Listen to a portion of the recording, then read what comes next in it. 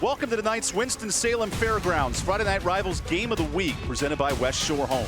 In the heart of Thomasville, we have a 3A matchup for the ages tonight. It's the Ledford Panthers at 7-0. They welcome nearby rival Oak Grove at 6-1. These two programs have dominated 3A football as of late, and now they want to win a league title in this dynamic rivalry matchup.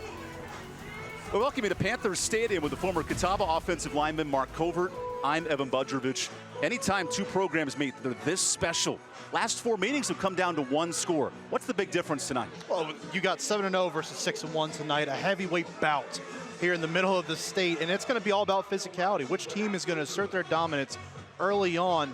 These rivalry games where they're so close together, these kids are so personal, so close to each other. It's going to come down to a battle of wills here tonight. These wills could decide the 3A league title, and for more, we introduce the third member of our team, Matthew Gibson. Thanks, Evan. Tonight will be a fiery matchup between these two teams. The last four times these teams have played, it has come down to the wire, and I don't think there's a soul in this building that thinks anything differently is going to happen tonight. To add fuel to the flame, there are conference champion implications on the line for the winner. With that being said, we are in for an intense matchup. So ladies and gentlemen at home, get your popcorn ready, because it's about to go down. Back to you, Evan. Well, Matt, it's a Panthers den tonight. Great crowd between these two programs. Only a few miles separate them, so we could be in for some fun. Our Friday Night Rivals Game of the Week, it continues after this quick break.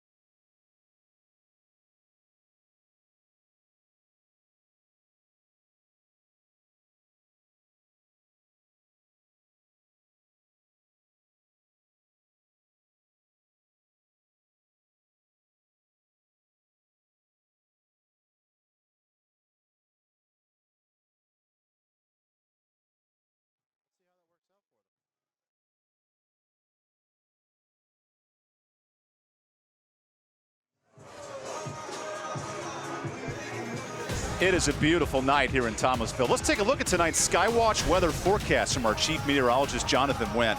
I mean, Mark, could you dream up anything better? Perfect night, great weather. This is amazing. Absolutely. Rolling into November, or excuse me, October now.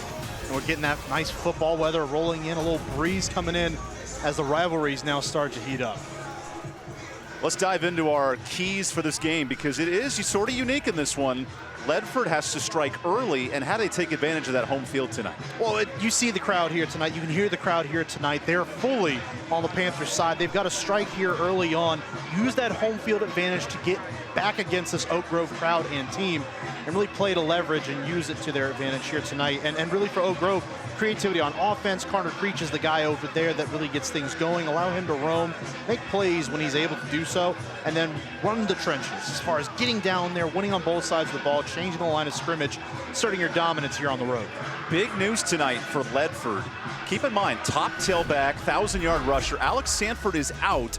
So what must Calvin Handsome do tonight? Well, he's pulling double duty because this is also one of your best defenders as well on a normal Friday night. Now he takes over starting duties in a running back by committee approach. Tonight, he's got to be great on both sides of the ball, but also has to carry the rock efficiently on offense.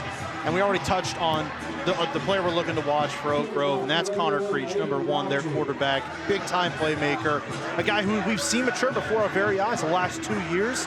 Can't wait to see what he does spinning the football here tonight and take command of this Oak Grove offense. Connor Creech with 23 touchdowns, half on the ground, half in the air. He's a dual threat. And it's interesting, right? No Sanford for Ledford, and the Panthers have lost 4 straight in this series. There's a big hurdle to climb if you're the home team today. Yeah, absolutely, there sure is. But now you're back at home, right? Last year we saw a great battle between these two.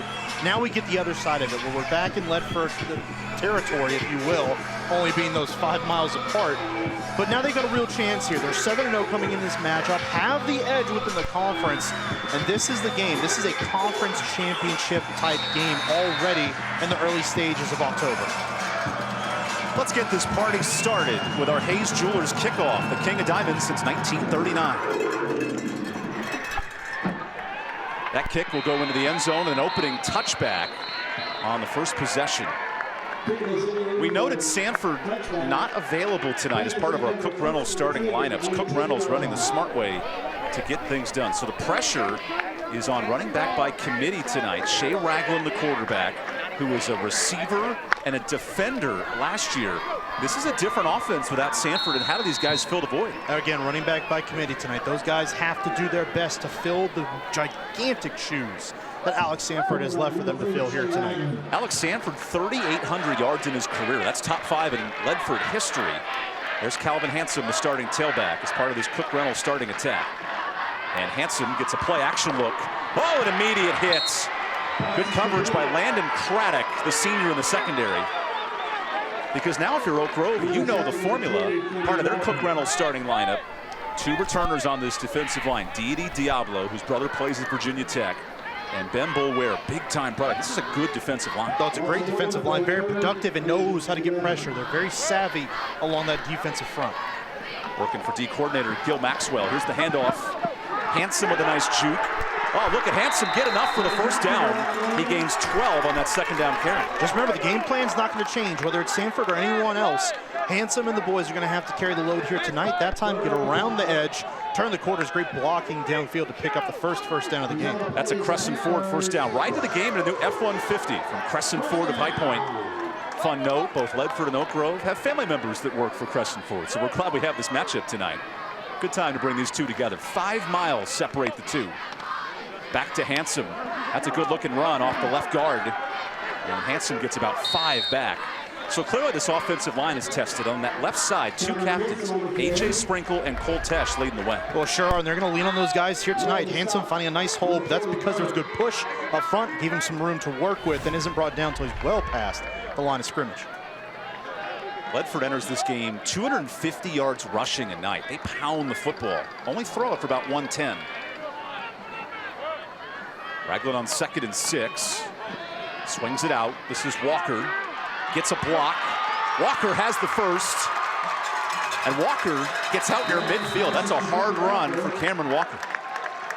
You got to feel good if you're this coaching staff right now, getting out in front and letting your guys go to work, toting that football. You're missing the biggest player of this offense easily tonight without Sanford out there on the field. Guys have to make up for it. Right now, they're doing an excellent job these last 3 plays of filling in. After the Crescent Ford first down, that was a gain of 14 for Walker. And Chris Dobie noted pregame, we have to eat like we've never eaten before without Sanford. Everyone has to get involved. Yeah, I like that analogy, right? Like, you got to get the guys fired up a little bit. Sometimes you miss that one guy. Makes a world of difference. You cannot allow that to happen here tonight. The tight end, Cohen Batchick, in motion on a fresh set of downs. Here's Handsome. Impressive running by Handsome, and he almost gets the first 9-yard gain. What's made this running back so impressive tonight? We'll just see the legs already right away. It's the hard effort, the hard running. It's not particularly flashy, right? It doesn't have to be. As long as you're getting those yards up front, the line is getting pushed. The backs are keeping those legs moving, running through tackles, and finishing runs. Calvin Handsome only 15 carries entering this game. It is a brand new opportunity with Alex Sanford out, all-conference tailback. He's out for just 1 game tonight. Sets up 2nd and 1. There's a toss to Walker. Looks to break a tackle, and he's short. Nice stop by Hunter Everhart on the defensive line. 3rd and short upcoming. Stretching that play, stopping it from getting outside. Great contain by Oak Grove to force it back inside where the beef of that defense is. And the beef is the true freshman, Bradley Bird. Remember, he's 14, and he has over 75 tackles in the middle of this defense. Absolutely incredible. Good instinctual player. Has a great nose for the football, knows where to find it, get to it, and then finish the play once he does. First-year D coordinator, Gil Maxwell. This is a big play. 6th of the drive. 3rd and short. Handsome with it. Handsome's got nowhere, and he's dropped.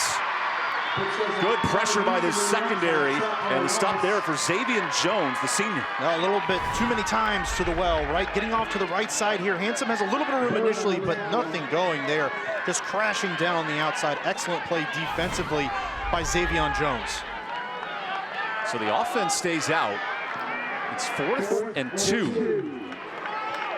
Ledford's converted over 80% of their 4th downs this year. They love this moment. 4th down. Here's Handsome up the gut. Oh, and he's short. Great stop by this linebacking crew.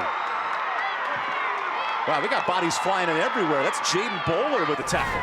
Just came shooting through the gap. The safety comes down and makes a massive play in the backfield. Was assisted on a shoestring tackle as well. There's too many bodies flying around to make that play. Good job ending that drive that started off so promisingly for Ledford. So Oak Grove gets the football. Connor Creech, you see him number 1. His tailback, Carson Williams. They've combined for 25 touchdowns. Good tandem. First play of the game goes to the quarterback, and he's tripped up in the backfield. That's the challenge tonight with Cody Batchek and this linebacking. Well, you're going to see a lot of option concepts here tonight. That's what this offense likes to do, smoke and mirrors. So you see a lot of different motions, formations, different things that you wouldn't normally see because it's more of an option-oriented offense with running the football. Connor Creech is a masterful orchestrator of that, though. He's the Picasso of Thomasville. Here's a fumble, and Ledford, they believe to have it. They do. Scooped up by Cole Tesh, who is the strongest player on this Ledford team, holding it up like a kettlebell. Well, it looked like it came and hit one of the guys coming in motion across the formation. See right here, yep, just him straight in the shoulder pads. Sam Bennett just coming across the formation like normal, snap comes back. Connor Creech is not expecting it. Ledford, fortunate, gets back there, instinctual, falls on it, gets it right back to their offense. So Ledford, what, 30 seconds later, gets the football back. And now a huge test for this Oak Grove defense. Oak Grove beat their nearest rival, North Davidson. All 3 of these schools separated by 10 total miles. North Davidson, Oak Grove, Ledford. First down, Ragland moves up, and Ragland sneaks away. Actually gains a couple of yards, and that's the elusive ability of Shea Ragland. Sure is, but you can already feel in this building, can't you, Evan? Like the intensity. This is a late season football game already being played here. 2 heavyweights duking it out right now, and these teams are going tick for tack. It's going to be a very physical game up front. It's going to be the team that makes the smartest and most consistent plays that has a great chance of coming out of here with a victory tonight. Shea Ragland's been the backup for 3 years behind Nate Carr, one of the best ever. 23 passing touchdowns last year for Ledford. It's a new quarterback legacy.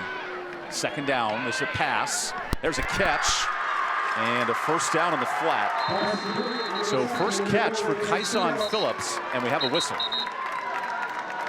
Let's check this flag.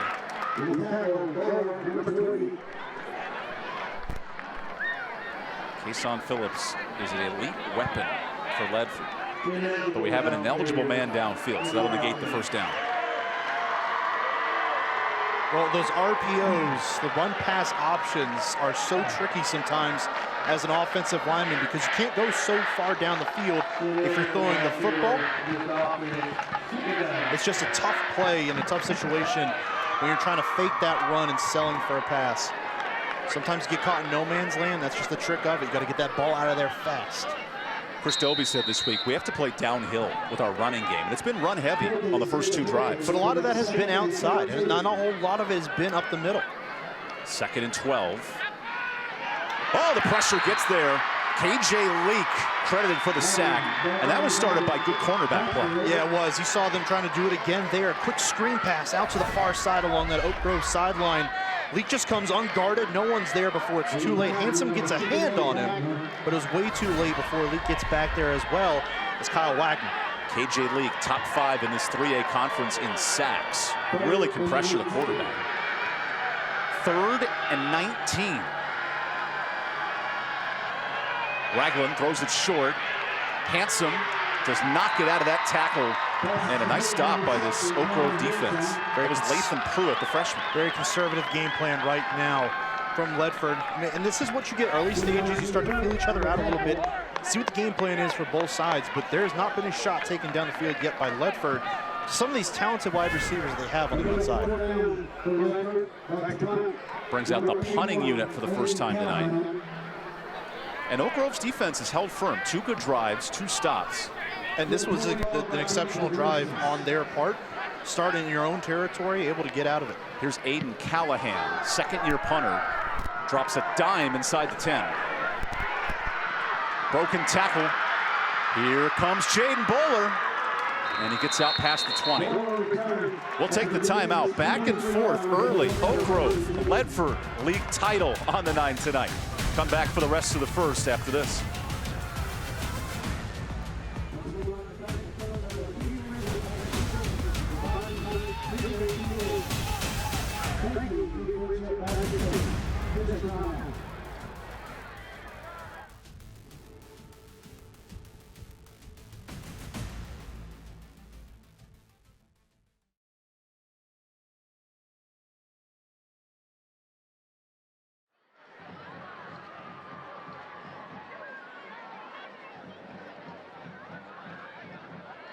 Sports medicine services for tonight's game are provided by Lathan Health. Every Saturday morning from 9 a.m. to 11 a.m. during the football season, the walk-in sports injury clinic is available for athletes of all ages. The clinic is located at Lathan Health, Lexington Orthopedic and Sports Medicine Office at 144 Forest Hill Road. Special thanks goes out to Lathan Health Sports Medicine.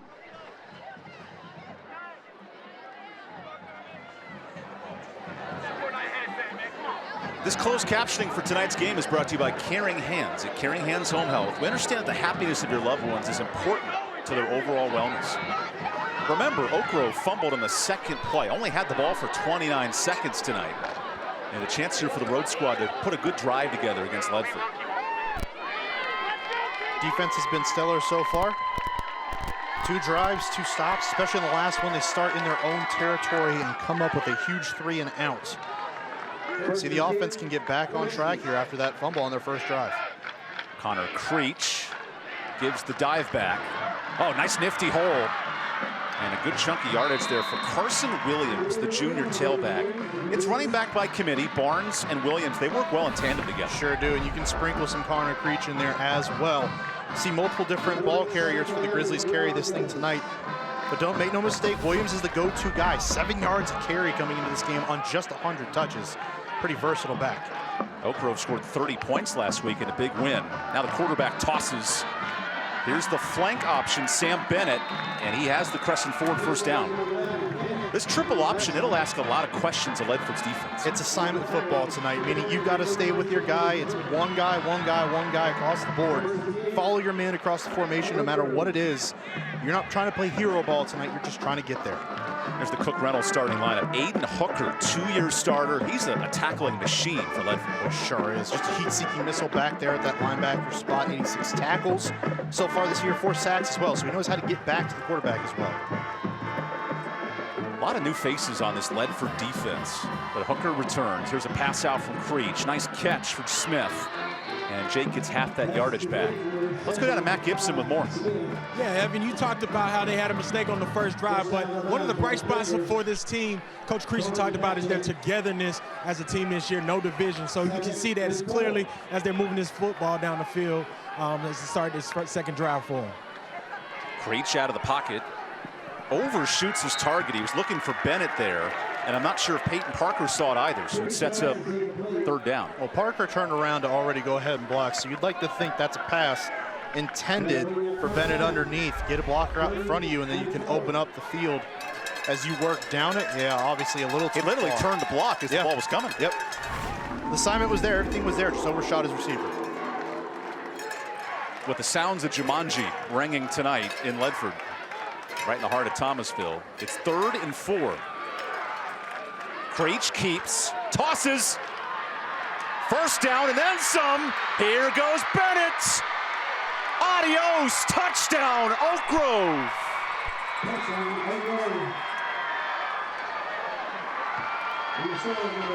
Oak Grove with the bang hard apparel touchdown. Kind of snuck that one out for 62. How about the triple option that time? Fakes the dive man inside, then goes right back out. And it's a two-man game at that point between the quarterback and the pitch man, that being Bennett.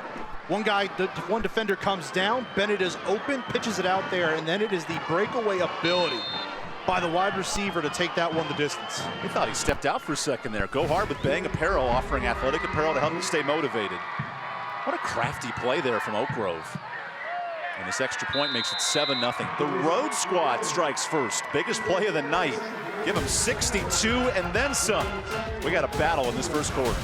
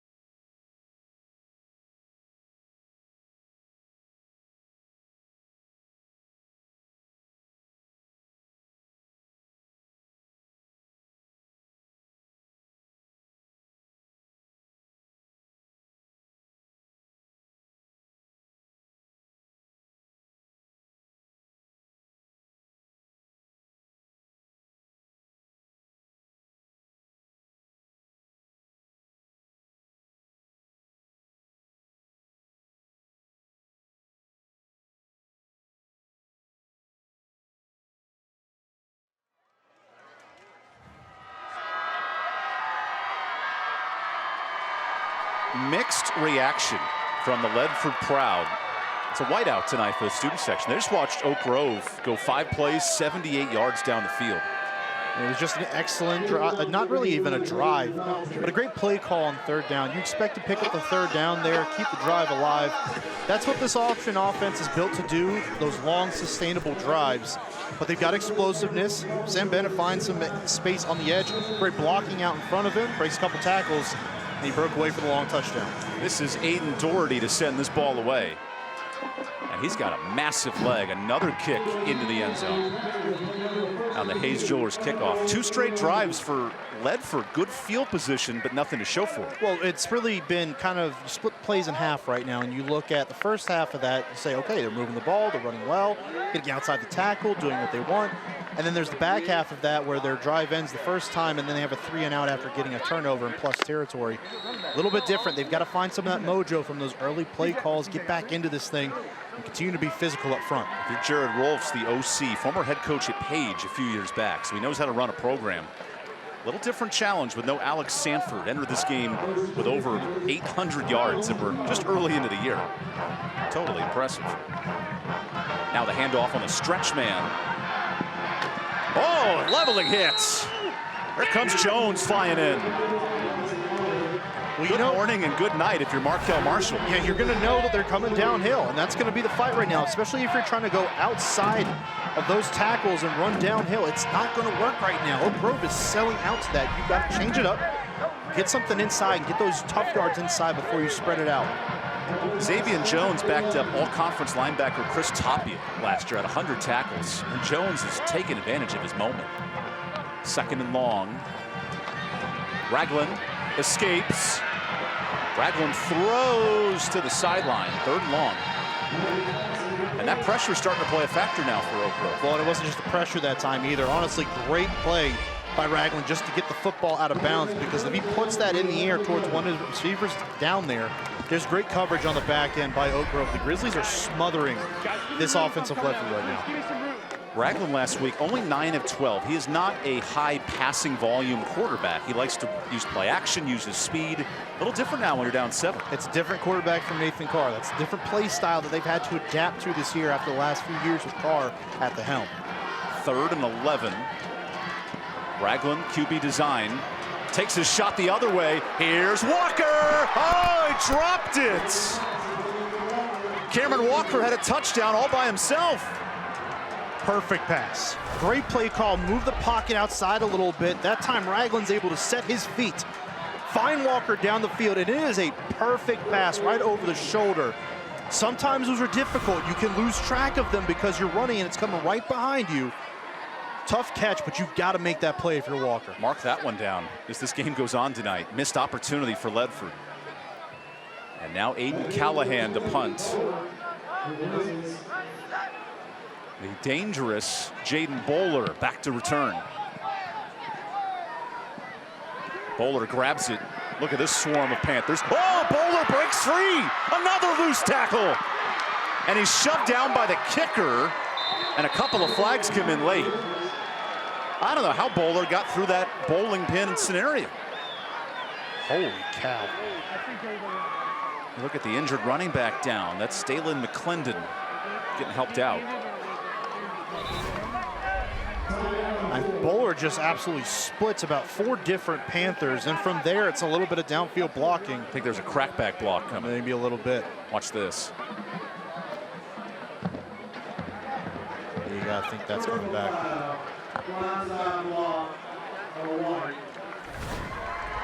That would be on number 6, Xavier Jones, who's been hitting everybody hard tonight. Get those emotions a little high right now. Again, these 2 schools are so close together, and a lot of these kids know each other. They all went to the same middle school. Right. And then with the separation of Oak Grove and Ledford in this Davidson County, it's actually created 3 high schools all within 10, 15 minutes. Which is so unusual. I mean, honestly, and that just tells you about the amount of volume just for kids that were in the area. And the Zillow prices of these houses. Oh, yeah. Right, you had a whole nother high school of 1,000, 1,500 kids. Yep. But it's just so unusual to see them within such close proximity to each other from here to North Davidson and obviously over to Oak Grove. Good news seeing the running back McClendon get back up. It is a sellout tonight. Oak Grove and Ledford. And Matt, you have more on the injury? Yeah, he saw trainers down here looking at his knee, and he just walked off the field a little gingerly. They're still looking at him, so I'll keep an eye on it and let y'all know what's happening. Good news, we have a former West Forsyth standout, Matt Gibson, on the sideline, so he could sub in at left tackle. There you go. Fresh set of downs. Creech, toss. Williams. Oh, and a late tackle. We also have a late flag coming in. That was behind the line of scrimmage. We'll see if this comes back. Block in the back. James Bryant confirms that call. Those are 2 constant penalties for Oakland. They sure are, and you really think about what's going on. Within this offense, it doesn't require the defense to just stay disciplined, but also the offense. These blockers have to get positioning right. If they allow these defenders to get outside of them, they can make plays, and that's where you draw those penalties, trying to get them away from them. Here's James Bryant.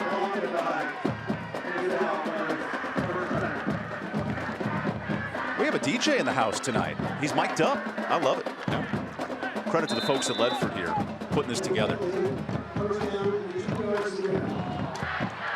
So 1st and 20 after the penalty. Quarterback keeps. Oh, nice catch, Smith. And he couldn't hang on to it. Interesting. Really well-designed play, too. They got exactly what they wanted. Creech is coming to the outside, and he's rolling out there. The defense is following along with him, but they think he's dumping it out to Williams in the flat. Smith just kind of stays back behind the play a little bit, finds a soft spot in that defense, just cannot make that catch. Both teams with a little bit of jitters tonight. You can feel the angst of this nearby rivalry.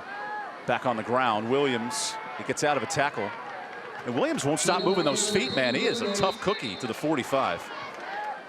Only 5'7", 155, but he plays bigger than that. He sure does. He runs hard, and that's what makes up for that lack of size. See so many times at the high school level where you've got these guys that don't have the measurables, right? but they play hard. They know how to do what they're doing. Williams is one of those guys. Keeps the legs driving, has good momentum, good speed, great balance as well.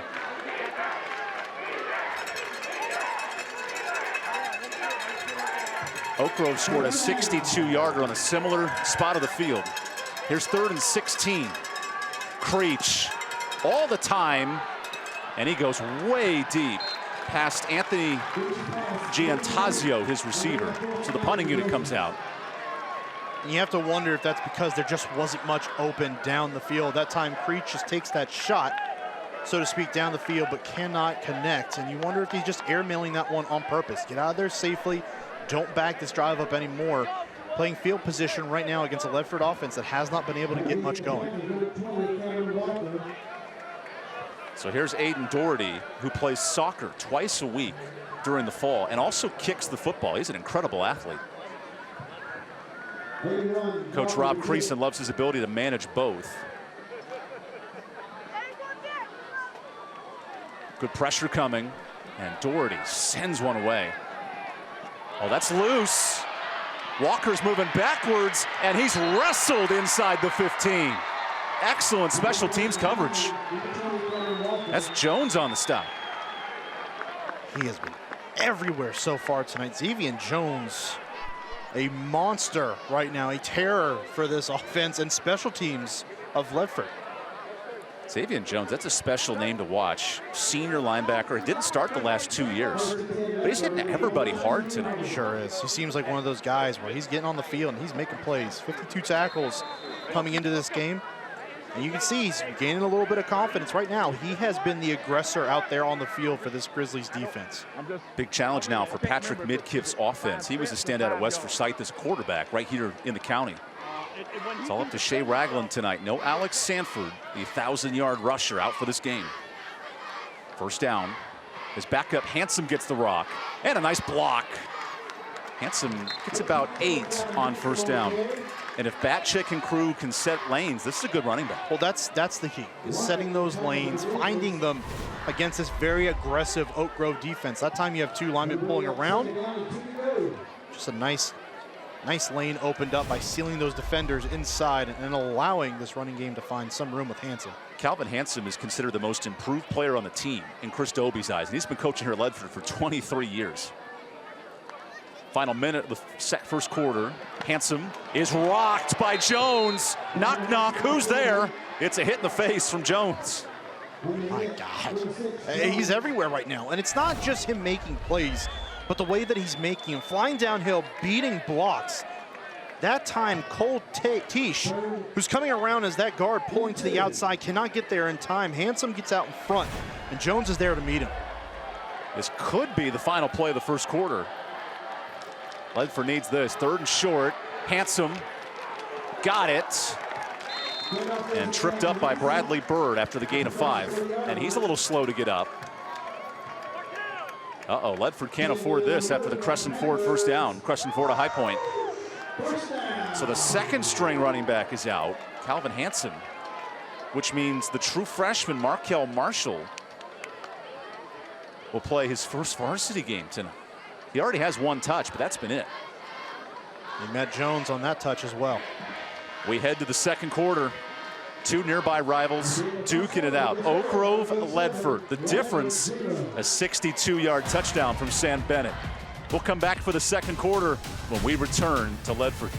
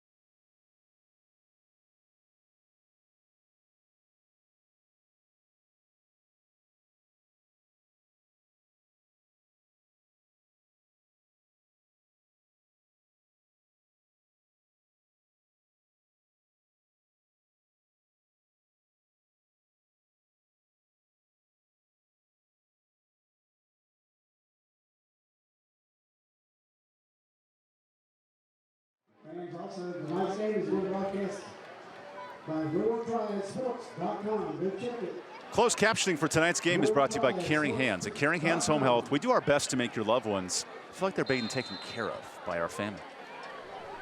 Good start in this 3A regional rivalry right in the heart of Thomasville. Ledford with the quarterback Shea Ragland down 7-0, feeds the new tailback Markel Marshall, and he gets a couple of yards. This is a true freshman making his debut appearance. How does he fill this void now with Handsome and Sanford both injured? Well, I don't really know that you fill the void, but you do what you can with the opportunity you have. I think it's impossible to ask any guy, regardless of whether they're a freshman to a senior, to fill the shoes of a player like Alex Sanford. But what you do with the opportunity matters. I think he needs to run hard here, see the field clearly, and make the right decision while running the football. Sets up 2nd and 5. Marshall, who's got some wheels, gets hit hard. Here's the convoy. Sets up 3rd and short. Tackle there for Keenan Larking, the junior linebacker. So case in point, it's what we were just talking about. Young player, you want to get out there and make a play. You've got guys pulling around. Slow down for a second, let those blocks develop a little bit, and then make that burst. Outran his blockers that time and didn't give himself much of a chance. Good news for Ledford. Calvin Hanson, the captain, is returned at running back. Big spot. 3rd and 1. Ragland feeds him. Here's Handsome, short. It's Jones again. That's the 3rd tackle for loss for Jones tonight. What an incredible play. He had 2 last week, already the 3rd tonight, and now this Oak Grove defense is attacking this offensive Ledford in a different way. They're getting these backs outside. Instead of allowing them to stay between those tackles where they're comfortable in those short yardage situations, they are getting them outside where they are in space and they are vulnerable without those blockers in front. Big moment for Oak Grove's defense.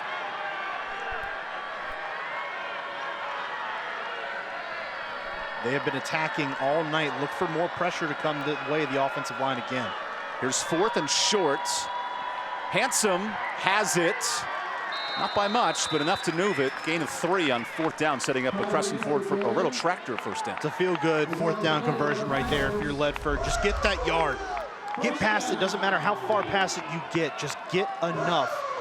Good push by the offensive line up front. Faced against that pressure. Gets there. Handsome follows them ahead. And Ledford can run the football 250 yards a night, even without Alex Sanford. It's going to be a challenge for sure. Well, you don't do that just with a running back. It's got to be those 5 guys up front. They've done an excellent job to this point in the season. Ragland feeds the freshman Marshall, and he gets hit. These linebackers are quick and aggressive. Bradley Bird combining on the tackle with his buddies out there. That was Keenan Larking as well. You see how quickly they get to the football, shed some blocks, line up the ball carrier, and then once they get there, they're finishing plays. So just come right downhill right away, almost a simultaneous hit that time. You better pack your lunch pail when these teams come to play. No kidding. Only 5 miles separate them, and they're hitting hard, especially on the Oak Grove side. 2nd and 10. Ragland steps up, now out and down. Combo sack. Danny Diablo comes in with Kyle Wagner. Tough play downhill. This is exactly where the defense wants to be. The game, despite the drive continuing, it is going towards that Oak Grove side right now. Momentum is slowly going their way because of the way this defense is getting up to the ball, playing physical at the line of scrimmage, and then making the plays once they get to the ball carrier. Both Wagner and Diablo, all conference returners on this D-line. That's a good presence. Chris Dobie, who used to call the plays on defense, but he loves how this unit gets after the quarterback. Aggressive, instinctual, hard-hitting. 3rd and long. Ragland takes his shot. 1v1 out of bounds. No flag, looking for Tussey that time. It's good coverage. So the punting unit comes on for Ledford. This Ledford crowd is wanting a flag thrown, but that looked like excellent coverage on the back end. One-on-one matchup, get where you want to go, and honestly, it may have been more offensive PI, a little bit of grabbing of the jersey there. There was a lot of push and pull Yep. between Craddock and Tussey. Braddock had great position inside, forces the receiver to the sideline, doesn't give him room to come back in and make that catch. Aiden Callahan. A lot of hang time here. Uh-oh, it's loose. It's still loose. And a scrum. Looks like Oak Grove hung on to it. Yes, they did. Wow, you're very careful there if you're Jair Bowler. And we'll take the timeout. Oak Grove gets the football back, up a touchdown. These nearby rivals duke it out. Oak Grove and Ledford, but we return.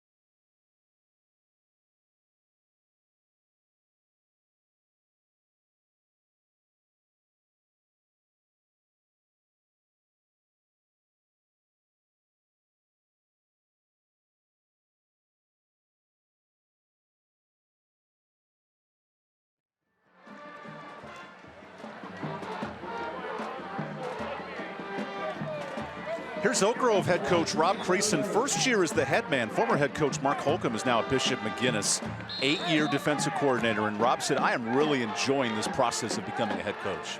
It's enjoyable when you get to take over a program that's as rich with history as Oak Grove is already in its young tenure as a high school. It makes a lot of sense to be excited about the opportunity he's been given.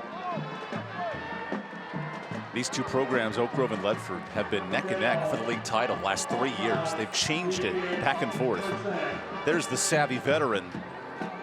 Always fun to talk with Chris Dobie all week long. 23 years at Ledford. He still coaches the defense. His defense rushers here, and it's loose. Picked up by the tailback. Williams makes a man miss. Wait a second. And Williams actually gets back to the line when he picked up that ball 20 yards ago. Are you kidding me? Pitch is a little too fast, a little too tall that time for Williams, but he corrals it. And there is the effort, right? Feeling the blocks. Everyone stays active down the field to allow him to get back. Short handoff. And a yard short for Williams. Given how Oak Grove started with the football, this is a big third down. Oh, it sure is, and they're exactly where they want to be. Even besides that last play being what it was, find themselves in great position here on third short. An offense like this does not want to be backed up. They want to stay on time and on schedule, and Oak Grove is exactly where they need to be on this part of the drive. Carson Williams put on 15 pounds in the weight room this year, had a big year off the field. Man in motion on third and short. Creech keeps.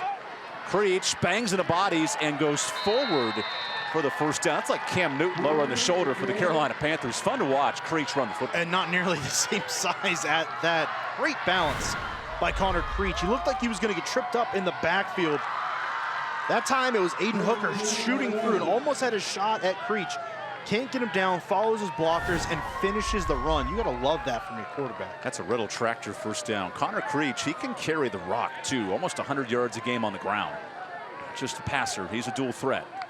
First and 10. This time it's the backup tailback, Jaden Barnes. And he gets 4. That's a good consistent run for Oak Grove. Sure is. We saw Connor Creech in his sophomore season, first coming into that starting role, and it was a little bit dicey. Obviously, young kid. You're coming in, you're trying to make your presence felt at arguably the most important position in football, at the quarterback spot. And now he's developed into a true leader, not a guy who talks a bunch, but it's the actions that make such a difference for this team. 2nd and 7. Quarterback keeps. There's Barnes on the toss. And shoved out of bounds. Good pressure by Calvin Handsome. The running back will also play safety for this team. Yeah, came right downhill, but Oak Grove staying calm, composed, getting the football out there. Creech had good pitch relationship to his back and Barnes that time. To get at least a couple yards to give themselves a shot here on 3rd down. Rob Creason noted this week they have to win the 3rd down battle if Oak Grove's going to get this win. And the situation here is, unless they're further back, right now, the run is not completely out of the realm of possibility, even if he is alone by himself in the backfield right now. 3rd and 5. Quarterback keeper. Fumble! Hooker thinks he has it. And Ledford gets it back. There's the captain, Aiden Hooker, in the middle of the defense.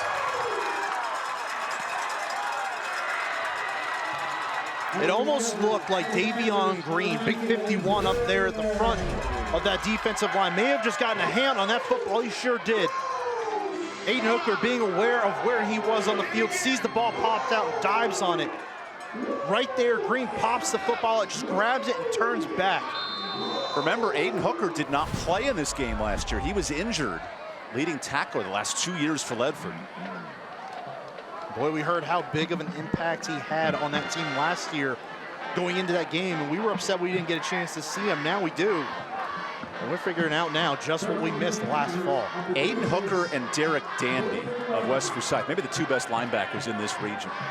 It is fun to watch these 2 get after it. Little pump fake. Ragland takes his shot. Incomplete. Nice coverage by Prince Hall in the secondary. He was looking for Walker that time. A little bit of zone. This defense dropped back looking for that deep pass. Ragland had time, sets the feet, delivers a strong ball down the field, just a little bit too far inside. Walker couldn't come back in on it. Ragland a 68% passer entering this game. That was usually his strength. Right around 50% tonight on 2nd and 10. So he feeds the backup tailback, Dalen McClendon, who gets half the yardage back. 3rd and medium coming up. It just has the feel like Ledford's still trying to figure out what they want to do here tonight. I think they're trying to still get a punch and find something that works and see if they can do it consistently. Oh no, that's McClendon down, and he does not look good. Training staff is out right away. We'll take this timeout. We'll check in on the Ledford running back when we return. It's been a tough night for Ledford with health. We hope they're okay when we return.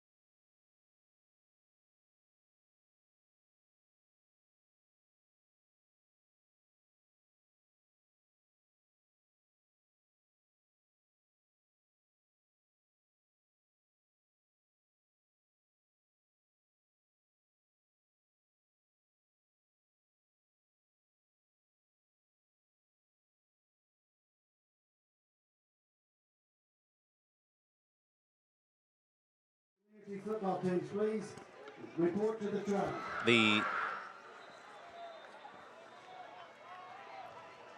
Yeah, so McClendon came back off the field holding that same knee that took him down earlier. He had a good run right there, but I guess that knee injury is just affecting him this game. Think about the running back depth issues. Alex Sanford out tonight for 1 game. Handsome has been in and out of the lineup with injuries. And if you lose McClendon, it's all hands on deck. Yeah, absolutely. This was already a running back by committee from what we heard before the game. And you expected to see that after Sanford comes off the field or stays off the field for tonight's big matchup. But now you got to have those guys that are remaining tote the ball even more, especially for a guy like Handsome who's on both sides of the football as a starter. 3rd and 5. Here's Handsome. Not much room there. Good stop by Wagner. And now you're in a tough decision here on 4th and short. Well, I think they're probably in no man's land, and this is an aggressive offense. They want to stay on the field. But they're still not finding much of anything to have in their back pocket and say, we're doing this consistently well. Let's continue to go to it. Stay tuned for the My 48 halftime report. We'll have the Bojangles athletes, interviews, highlights, and more right here on My 48. Big 4th down for Ledford. Ragland feeds Handsome, gets a seam, and dives for the first. What a smart play by Calvin Handsome. And he may have just had it, even without the dive, but the awareness to know where he's at on the field, sees the yard marker, knows the down and distance, and stretches that football out. Smart play by the captain of this team, the senior, who's getting it done offensively for this team right now. That's a Riddle tractor 1st down, making tall grass short. And Handsome makes that short grass look even shorter, the way he's able to dive out and get 5 yards there. Smart play and continues to keep this drive alive. The passing game, though, has to get going. Ragland has to find some of these receivers. Look at this, 5 receivers for Ragland. 1st down motion, here's Walker, gets it. Walker can't get anywhere. Great pursuit, and Diablo gets the final tackle, but there were a bunch of Oak Grove guys around the ball. Well, as soon as Walker came across the formation, that's exactly where the defense flowed to. So they're selling out to stop Walker. One of these times, you got to think Ledford's going to notice that, change it up, and take something over the top, go in a different direction, because they're selling out to get that first ball carrier so hard right now that they can be caught up and caught off guard by some misdirection. 2nd and 10. Oak Grove's been on the field a ton in this 1st half. There's an out route. Oh, it's picked! Oak Grove, pick 6, up 2 scores. Lathan Pruitt, the freshman, with an impressive bang-hard pick 6. Talked about it on the very last play. The way that this offense is telegraphing their plays right now, there's no hesitation, no misdirection, no deception. And the defense is breaking on the ball. As soon as it is snapped, they are watching where the play is flowing to. This time they make them pay. Excellent recognition, getting out there underneath. And Lathan Pruitt picks the football off, and there was no one in front of him to stop him from getting the pick 6. That's a Bang Hard Apparel touchdown. Go hard with Bang Hard Apparel. 62 yards on the house call for a true freshman as Callahan makes it 14-0. Both scores for Oak Grove have come in 30 seconds, and they're both 62 yards. Just incredible, and that's taking advantage of what you are given. Breaks underneath the route. Pruitt makes a great play. The freshman reading where the offense is going, breaking on the football, and then making the play once it gets there. It has been the story of the 1st half for this Oak Grove defense. Of the first 20 minutes of this half, it's been 17 of them with Oak Grove not having the football, but yet they find ways to be up 2 scores. Absolutely, they are dominating right now in this football game. Regardless of what it is, they are making the plays to win right now. Ledford is still searching for answers really on both sides of the football. The defense is giving their team a chance right now, but the offense has not been able to produce much of anything. And you just have to start to wonder, it comes out of the back of your mind, how much of an impact does Alex Sanford not playing his football game have on this team in Ledford? An offense that came in scoring 40 points a night. And think about these Ledford drives. 4 punts, 2 turnovers. They've been in Oak Grove territory almost every time, but nothing to show for it. Inconsistency, the defense for Oak Grove flying down. They are challenging the offense to do something different. Right now they are stuck in neutral with one-dimensional play calling. They are not getting to their spots. Oak Grove is beating them to almost every single play where they're trying to go. This is a Hayes Jewelers kickoff. Hayes Jewelers of Lexington, the king of diamonds since 1939. The student section of Ledford's ready to rock and roll on this kickoff. Then the kids would say, turn down for what? As his kick goes into the end zone and a touchback. Although it is interesting, Ledford, the Loonies, the student section, are wearing all white, and Oak Grove is wearing white. It's like reverse psychology. One of us. Pass the ball to us, sir. Pass the ball to us. And yet it's Oak Grove with the pick 6 tonight. There's the Ledford Loonies. Seems like they could require something loony to take place here to get back in this football game. You think that's what it'll take, given the lack of Sanford tonight? I think it's having a massive impact. And you don't want to have that conversation, but it's undeniable to a certain point, knowing that the best player, not just on this team for Ledford, but arguably on the field tonight, is not playing. It makes a big difference. Sanford entered this game with 3,700 yards in his career. right? He was top 5 all-time in Ledford history. And between him, when we saw this game last year, timeout, Ledford. When we saw Nathan Carr and Alex Sanford, the two of them were a two-man wrecking crew on the field, and they were making the difference in that football game, allowed Ledford to hang around before Oak Grove was able to pull away. But it's just a tough situation to throw yourself into.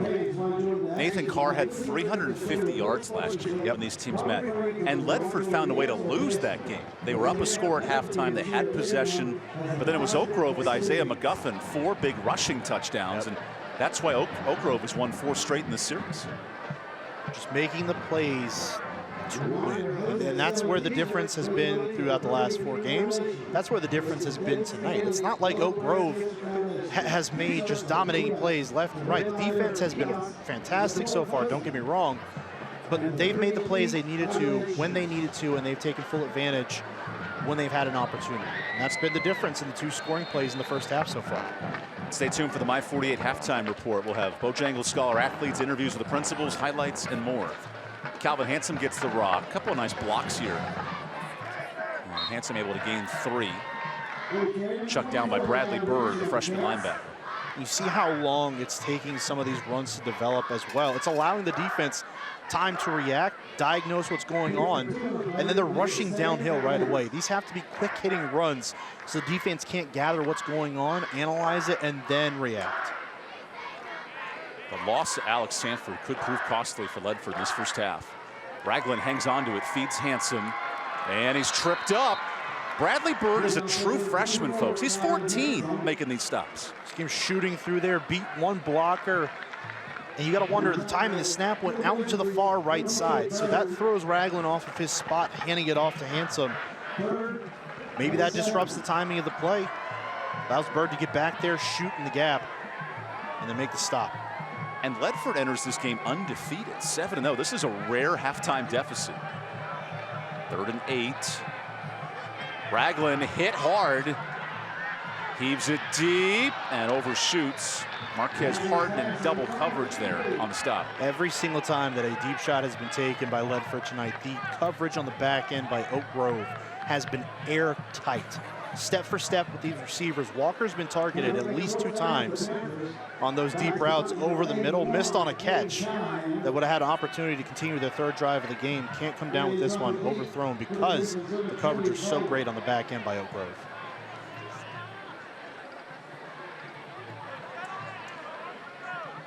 This puts a ton of pressure on the the Ledford offense and their defense the next 2 minutes. Callahan with a rugby-style kick. Returnable for Bowler, who fumbled the last kick. This time he's loose. Bowler jukes. Look at him drag men to the 27. This dude Bowler is special. It sure is, just dragging defenders with them, making guys miss every which way. You want your player to make an impact on a play. Splits the defenders, then drags Leak just down the field. Oh, the strength. Referee's telling us to keep this thing rolling. And look at McClendon, one of the running backs. Still down. Dalen McClendon, that left knee giving him trouble. I'd be curious at halftime to know how Ledford's coaching staff, if you're Chris Dobie, how do you respond to this adversity? You got to game plan better. You got to come out, gather the guys in the locker room at halftime, and ask them how badly they want. You could say they've played their tail off, and they're only up by 2 scores. Creech throws it short. There's a catch. Sam Bennett, who caught a touchdown earlier tonight, is 62 yards. He gets 4. And really, that can be the rallying cry at halftime. Think about the way that both these teams have played here in the first half. Ledford has not played a good half of football, and they're only down by 14 points. For now. Right, but you can certainly make that point. Look, guys, we're not out of this football game. It is far from over. Bennett in motion. Creech is pressured. Oh, more pressure. And the sack gets there. Davion Green with the sack. That's his 3rd of the season. And a timeout. Xavier Todd went flying right by Creech. I don't know if he was following.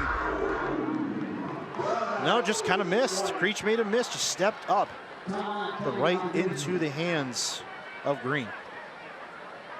It looks like a WWE wrestler after that tackle. It does. Davion Green, forced fumble already tonight as well. Now a sack to his resume. He's had a solid night. This defense is doing what they can to keep this Ledford team in the game here in the first half. They're just waiting for the offense to find something to give them a spark. A Ledford defense that was excellent last week held Montgomery Central to 10 points, and that's how Ledford's now 2-0 in the league. Oak Grove, meanwhile, some adversity early in the year. Tough loss to West Forsyth, but we'll see in 2 weeks. But has bounced back and now won 5 straight. Boy, think about that matchup in 2 weeks. East and West. That could be one of the better East and West games that anyone has seen in quite some time, no less. And in this game tonight, both teams are tied for first. Yep. So you win this game, you're in sole possession. Sets up 3rd and 14. Creech with a blitz. Missed his target. Oh, Williams would have had a touchdown.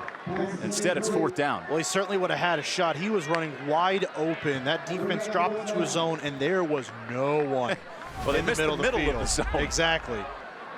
I mean, they had the play call right there. Creech just missed him. That is a gimme route. That is an easy pitch and catch. So here's a field goal opportunity. 49 yards for Aiden Doherty. Let's see how strong the leg is.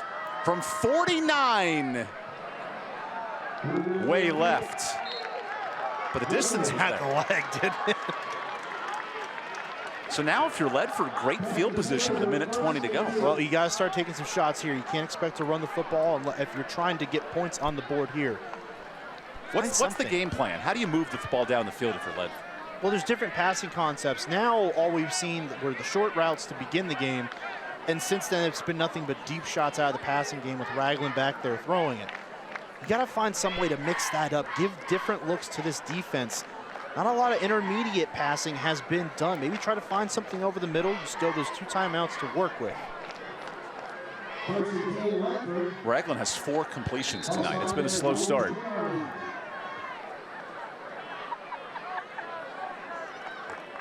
From the 20-yard line.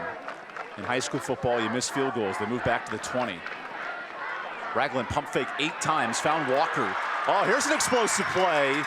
Walker out past the 40 before he's tripped up by Marquez Harden on a gain of 24. There we go. Some time for Ragland to survey the field. Finds Walker streaking across on a drag route. Beats his man. Ragland finds him. Great play that time. And finally some signs of life through the air.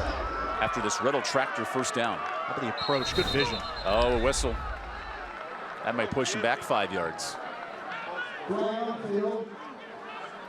That'd be the 5th penalty for Chris Dobie's club tonight. You're already without Alex Sanford, 1,000-yard rusher, and self-inflicted wounds.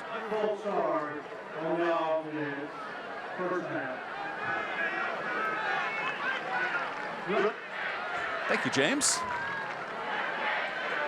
The microphone is live. Final minute of his first half. Ragland facing pressure, steps up, and Diablo brings him down. Not a sack, but a big stop and a timeout. Really nice play that time by Diablo. Actually got upfield, forces the pressure where Ragland steps up, but then breaks off, detaches from that block, and then goes right back over to him instead of continuing to get run by. That is an excellent play by Diablo.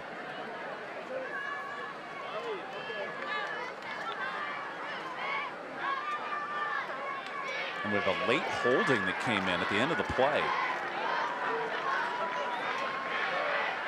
Holding on the offense.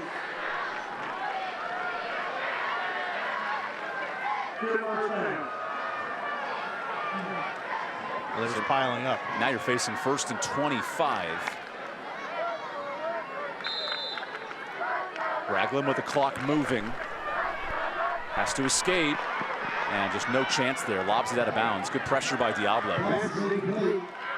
And you see they're still bringing 4 guys on pressure, and they're having a couple of different spies right up around the line of scrimmage right now. It is just constant pressure, and Ragland is having no time to at least sit back there and look down the field.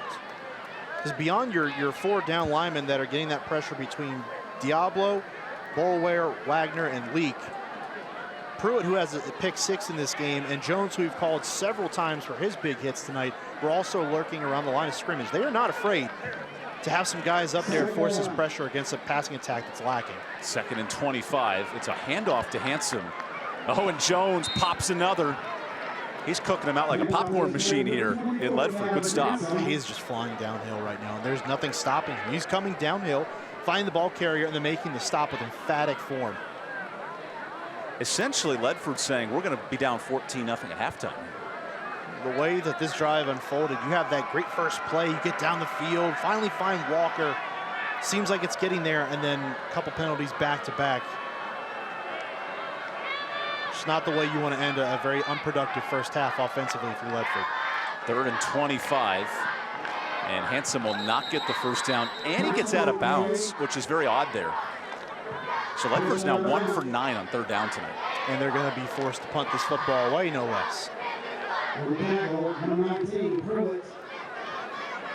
I know 11 seconds isn't a ton, but now if you're Oak Grove, you have a chance to heave it deep and try something here. Well, not just that. It's not just heaving it deep because of who the returner has been tonight. He's been electric when he's had the football in his hands to this point. That's Jalen Bowler. It's been tough to tackle. And now a timeout for Chris Dobie. You'd almost have to just kick this out of bounds, right? Kick it away from the returner. You would like to think, if you're smart here, because Bowler's had an excellent sense for where the block has been downfield, done a good job finding out where the rushers are. How about Oak Grove, though, coming out despite the injuries to Ledford and taking advantage with the 2 touchdowns? It's been a very impressive first half, hasn't it, for the Grizzlies? They just execute. Sometimes it comes down to basics. We can dive into analytics all we want and the X's and O's. It just comes down to basics as far as executing. Hey, this is your job, this is your job. And an offense that is predicated on doing your job and making sure that you are holding your teammates accountable for what they're doing. They've done that well enough here in the first half. Defense flying around, making plays, stops, and also an interception returned for a touchdown to boot. What a big play by the true freshman Lathan Pruitt, who has 45 tackles this year. He's not just a random name. This is a good player. Right, and mind you, this is 14 points, but right now it feels like a lot more. If you're Ledford looking at this, and maybe only 14, but the hill they have to climb, the adjustments they have to make at halftime, make it feel like it's at least a little bit bigger than that 14-0 spread. 2 returners on this important punt by Aiden Callahan. Hopefully he kicks it out of bounds if you're Ledford. Uh-oh, bad snap! Absolute madness. And he's tackled at the 2-yard line. It's Xavier Jones again. Of course it is. Wow. Now you get 1 play to score a touchdown. Wow. I mean, forget about hurling it deep. Now they're inside the 5 going in. Timeout, Oak Grove to talk this over. Holy cow. And you cannot make this mistake if you're Ledford. I mean, it was Murphy's Law first half for Ledford. Okay, do you go for the touchdown, the field goal? What do you do here with 6 seconds? You've got to go for the touchdown. You cannot waste this opportunity here. Now, it's got to be fast. If you want to have an opportunity at that field goal, it's got to be quick. So don't expect a long, drawn-out play here for a run, potentially. And it's certainly not going to be towards the inside. They're going to look to get this thing outside a little bit if they're going to run the football with the triple option. We want to thank our friends at Cook Reynolds, who provided some of the high end zone views tonight, different views throughout the park. It's pretty neat when you get to see the game from all different perspectives. So thank you, Cook Reynolds. You guys doing a good job. Yes, sir. Just like the Oak Grove special teams. What a crazy bad snap, tackle for loss. And now Connor Creech and crew have 6 seconds to add on to this lead. It's just strange to see such a good team, such a disciplined team play a first half like this. Especially one as well coached as Ledford almost always is. 6 seconds left. 1st and goal. Creech keeps it. End zone. Incomplete, but there's 1 second left. The half continues. And now you take the field goal. Just enough time. That was Diego Ponce, or sorry, that was the tight end Nick Kyer on the drop. Should have caught it, had it wide open that time. Wonder if Creech, a little bit different that time. Seemed like Creech was trying to lead him a little bit. He just settled down trying to make that play. That much of miscommunication draws them a little bit offside from each other. Oak Grove in the 5-star roofing red zone. We do this every single day, electing to kick the field goal. And Chris Doby will use his final timeout.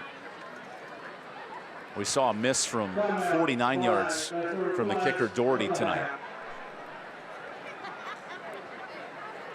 which has taken a bit of the energy and the pace out of this game in the final 5 minutes. Yeah.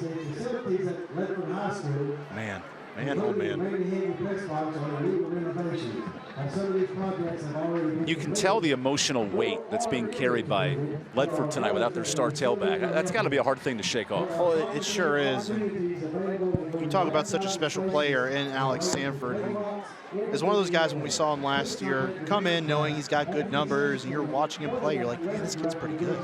And then as the game goes on, he's one of those backs where it starts to wear down on a defense. And those 3 or 4 yard gains in the first half and the first quarter start piling up, and they become 5, 6, 7, 8 yard gains. And all of a sudden, between him and Nathan Carr, they're taking over and powering Ledford to a near victory against Oak Grove last year. So you lose a player of that caliber, and no matter how many bodies you throw at it, those are shoes that you can't possibly ask one guy to fill, much less 3 or 4 different backs.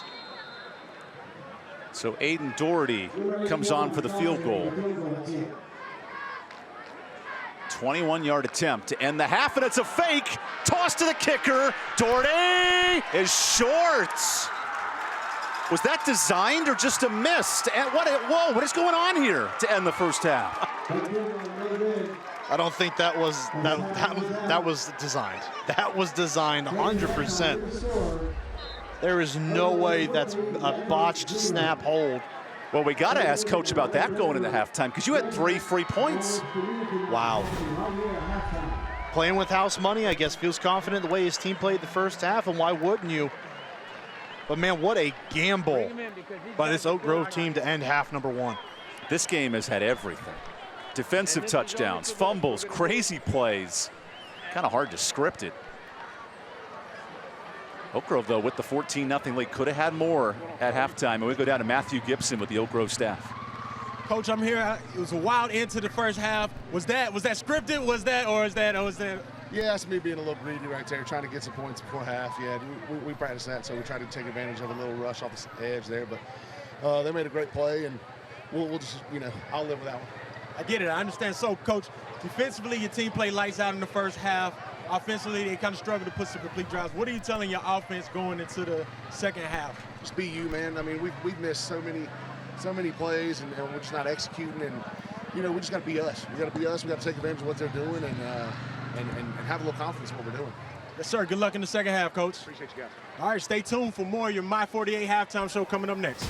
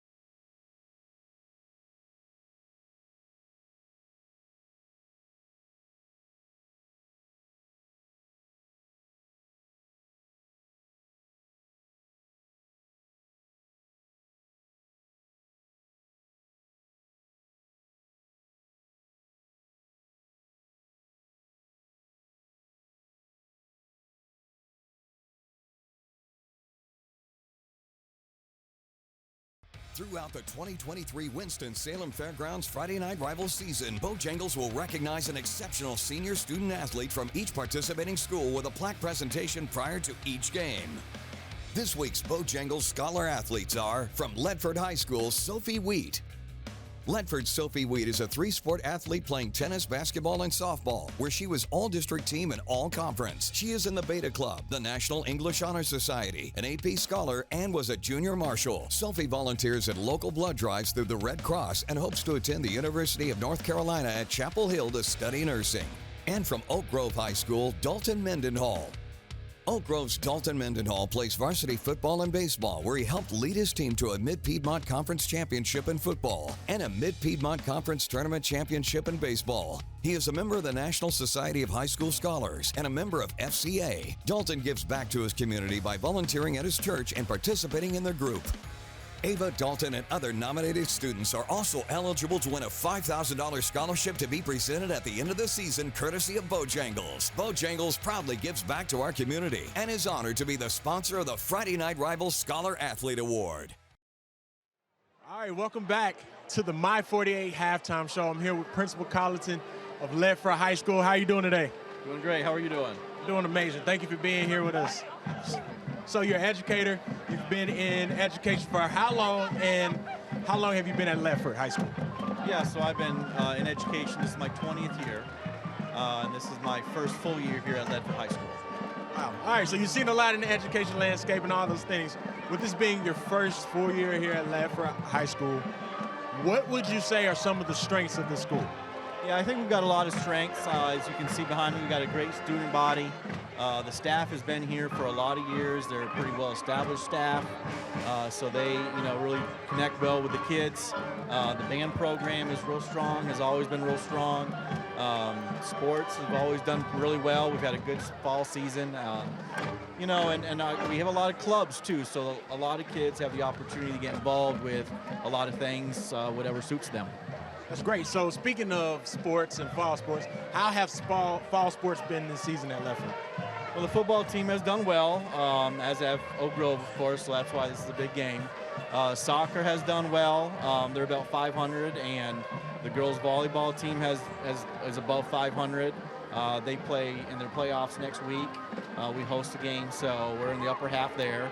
So yeah, just like I said, we compete pretty well. The coaches do a great job. They spend a lot of time with the kids, and just do the best that we can. Sir, and with this being the first full year here at Ledford, what are you looking most forward to this academic year? Yeah, so I think just continuing to do a lot of things that we've done before. Ledford does a great job graduating students. We get about 85 to 90% of our kids across the stage in 4 years, and we just got to keep hitting the core, doing great things in the classroom, doing well on our EOCs, and growing kids. Sir, Principal Collins, thank you for your time, and best of luck to you for the rest of the school year.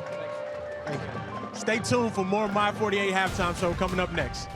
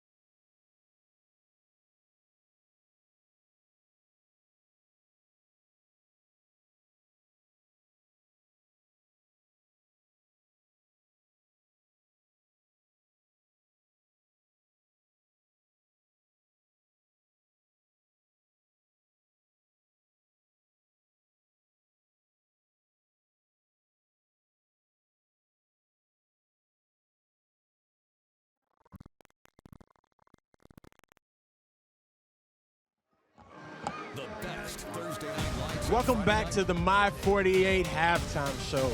Now let's take a look at some Friday night rival game highlights from around the country. Best Thursday night lights and Friday night rivals highlights from across the country. Quick pitch and catch. Eludes one defender, 2, 3, 4. Great job there by LaMichael Mitchell, and he's still on his feet. LaMichael Mitchell, great play by Mitchell, and he's going to carry the rest of Piedmont into the red zone and close to a touchdown. Miller, end zone. This might be it. Caught! Touchdown! Ethan Driver. Are you kidding me? Rejoining you live on Comets. Handoff goes up the middle to Dino Burke, and he breaks the tackle. There he goes. Dino Burke 30, Dino Burke 40. Changing direction, has a lot of room in front of him. There he goes. 30, 25, 20. Dino Burke, 97 yards. Down to last touch. Spartanburg would like a little breathing room, but a Gaffney pick will turn that aside. Here comes Andrew Root, who's done a little bit of everything defensively for Gaffney tonight. They've set up a wall, and he's going to take it all the way inside the Spartanburg 10-yard line. And they kick it directly to Trevor Pike from his own 20. And Pike is on the run. Pike eludes one defender, and he's still on his feet. Clock runs out, but he's still running, and he's still running. Here comes Trevor Pike. 30, 20, 10 into the end zone. Touchdown!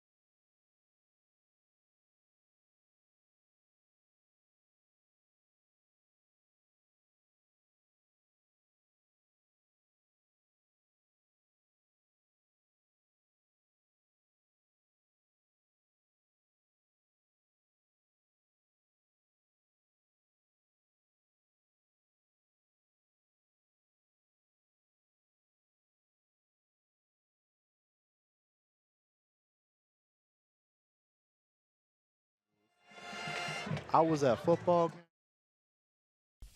All right, we are back with the My 48 halftime show. I am here with DJ Hargrave from the Winston-Salem Fairgrounds.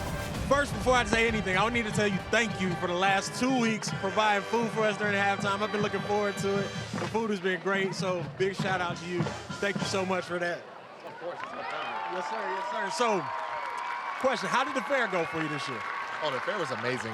We got off to a good start. We had our best opening day since 2013, so best opening day in a decade, attendance-wise. We did not have a single drop of rain during opening hours at the fair. I'm sure that's some kind of record. I'll have to do my research. But not a drop of rain during the fair. And then we had attendance of over 270,000 people. So we're back to where we were before the pandemic, and it's really an exciting time for the fair staff. We work super hard year-round to make this event happen, and all the guys on the grounds, they keep everything looking good and functioning well for the vendors that come in. And it was just a great fair overall. That's great. A lot of exciting things happening. Speaking of which, as the year is progressing, what can we expect? What new things can we expect to be happening at the Winston-Salem Fairgrounds? with the fairgrounds is Winston-Salem's home for entertainment. We have stuff going on year round. It's not just the fair, you know. So going into October, we have ice skating, which is our big thing. We have Carolina Thunderbirds starting their season in early November. And then, of course, we go into public ice skating. That is a huge hit for us. Last year, we had one of our best ice skating years in a long time, so we're expecting that to grow this year. So, you know, if you go to WXFairgrounds.com, you'll find out about more what's going on over at the fairgrounds. We have trade shows coming up. We have collectible it's sports cards and collectibles trade show coming up. Just a lot of different things coming to the fairgrounds.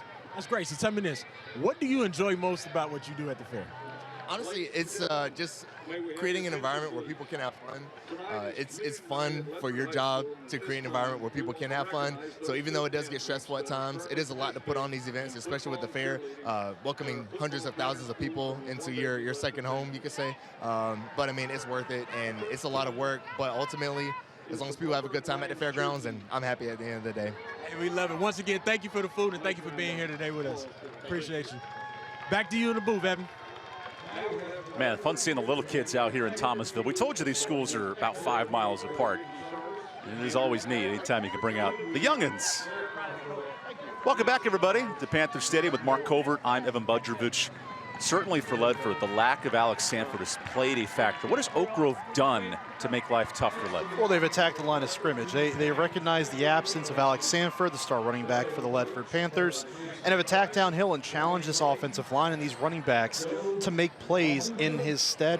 They haven't been able to do much in the first half, or didn't do much in the first half, so they've got to regroup here in halftime and find schematically some different ways to offset the aggression of the Grizzlies defense right now and get Oak Grove back on their heels. And Oak Grove gets the football to start the second half. They went for the fake field goal, which leads into our highlights early. A couple of fumbles to start this game. Yeah, just some sloppy play initially. Sometimes those jitters in these late season rivalry games can get to you. But right now, Oak Grove was the one that was able to capitalize on those opportunities first, early and often. And there's 63 to the house right here from Sam Bennett. Sam Bennett just finding a crease along that sideline, and the burst thereafter to get into the end zone with ease. Just the first score of the night for Oak Grove. Ledford had the ball 4 times in Oak Grove territory, and this is their biggest mistake. Sure was. This was a telegraph play. Oak Grove was flowing to the football all night long in the first half, just going exactly where this offense was directing them to go with no sort of deception or reversing the field or anything like that. That time they go to where they believe the offense is going, make a play on it. Pruitt makes them pay with a pick 6. This ball goes over Callahan's head, and you think, oh, it's going to be 21-0, 17, and then this play comes out of the hat. Yeah, absolutely, and just an odd play. You heard Coach say just trying to be a little bit too greedy that time instead of just taking the 3 points on the field goal attempt there as the first half was winding down, trying to get 7 more on the board. It's a hard first half for offense, only 100 yards for each team, and really the turnovers have given Oak Grove a spark. And think about that, they're only 1 yard in difference in those total points. So yeah, those turnovers and where they were in the game, but again, also making the plays to win that don't necessarily show up on the stat sheet here coming out of the first half. Oak Grove has made more of those plays, far more of those plays than Ledford did in half number 1. Hopefully you see some adjustments from the Panthers coming out of halftime. Now that's what I love to see right there. The next generation of cheerleaders. Got some pom-poms going, ready to rock and roll. Mark, I'm going to see you and your kids down there in a few years. A few years feels like a pretty, it feels like a bit of a stretch, buddy. Mark Covert, the pride of Mooresville. I'm Evan Budrovich, the pride of the 310, Los Angeles. There you go. Me and Snoop Dogg grew up about 10 minutes from each other. Me and Dale Jr. Really? Yeah. Not really. But no, at least in theory. He did go to Mooresville. Oh, wow. Yeah. He was a lot faster than you, I'd imagine. Well, in a car, yeah, probably. We'll take a quick timeout and get thoughts from the coaches as we begin this second half. Oak Grove remains up 2 touchdowns over their nearby rival.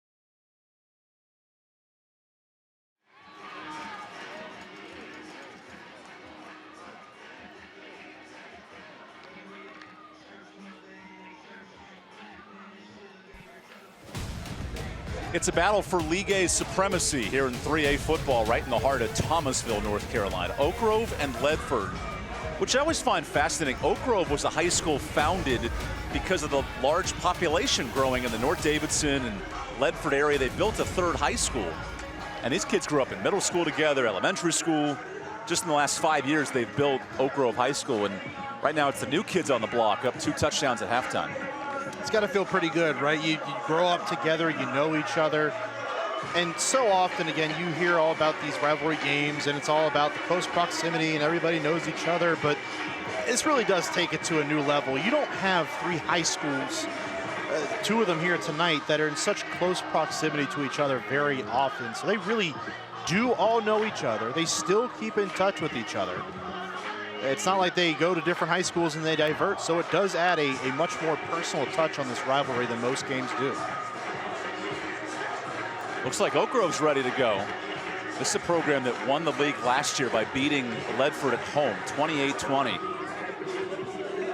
They certainly showed up in half number 1, didn't they? How does Ledford make this a competitive game? They're without their star running back. It's been a hard time moving the football. It starts offensively. This is a team that is powered by that offense. So electric when they can get things going, but without Alex Sanford out there, their star tailback, it was a struggle in half number 1. This defense was keying in, challenging the offensive line for Ledford in half number 1 to get something going. And now you expect some adjustment coming out of halftime. They found a little bit of something at the very end of the first half with the passing game, finding Cameron Walker. But they've got to get something that they can feel good about here when they get the football in their possession. But defensively, it starts with them here in half number 2, and they've got to stop an Oak Grove offense that found a couple of creases in half number 1. And if you're Rob Creason, what an ideal start. Chance to move to 3-0 in the league, maintain a top 10 ranking in 3A football. This has been a dominant performance. It sure has. They have dominated on the road, and this is a tough environment to come into and win a football game. They knew that coming into this one, and they have handled business as they should have in the first half. Given everything that happened, they were making the plays to win. They made the biggest plays the biggest times in the first half. Let's go down to Matthew Gibson with more. Hey, Coach, how you doing? So the team has some injuries in the backfield coming into this game. How have you adjusted coming into the game? Well, we're trying to get the ball into the hands so people can make a play. You know, I would love to go make a play. I can't make a play. They got to make a decision whether they're going to make a play. We got to stay on blocks and finish drives. They've done a great job of taking advantage of whenever we've had miscues. So, hey, tip your hat to them. But we're ready to go play a second half. What do the Panthers need to do to win this football game? Eliminate those mistakes, finish drives, stay on blocks, assignment football, and get physical. Sure, good luck in the second half. Stay tuned for the second half coming up next.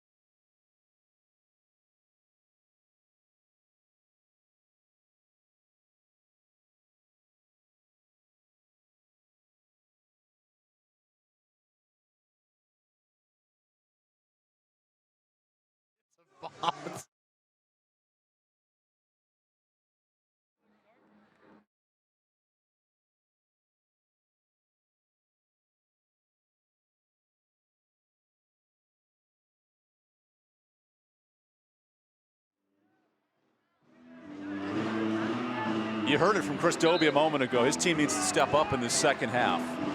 Ledford has lost 4 straight meetings by 1 score, all tight games. And now they kick the football off to a dangerous Oak Grove offense.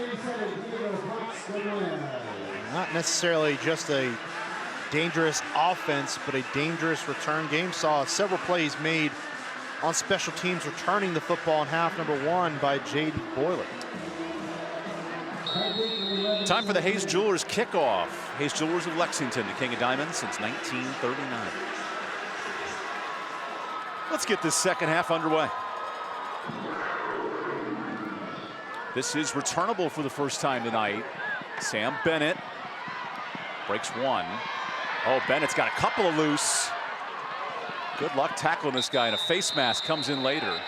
Might add 15 more yards here for Oak Grove. Was he signaling for that in the middle of being tackled? He pointed to the ref, didn't he? Was he signaling that in the middle of being tackled? Interesting. That's one way to do it. That's next level awareness. It sure is, and you got time enough to do it, right? Sam Bennett scored a long touchdown in the first half for the game's first touchdown. Oh, yeah. Yep, sure does. And he signaled. I have never seen that before. Sam is barking for the call. And Antonio Kirkpatrick, one of our line judges, he got it. Here comes James Bryant, the lead ref. Number 4 with the face mask. Let's add 15 onto that. I have never seen that before. I don't think it. Face mask on black, be your first down. I don't think at any level of football I've ever seen any player in the middle of getting tackled signal to an official, hey, there was a flag, you need to throw that.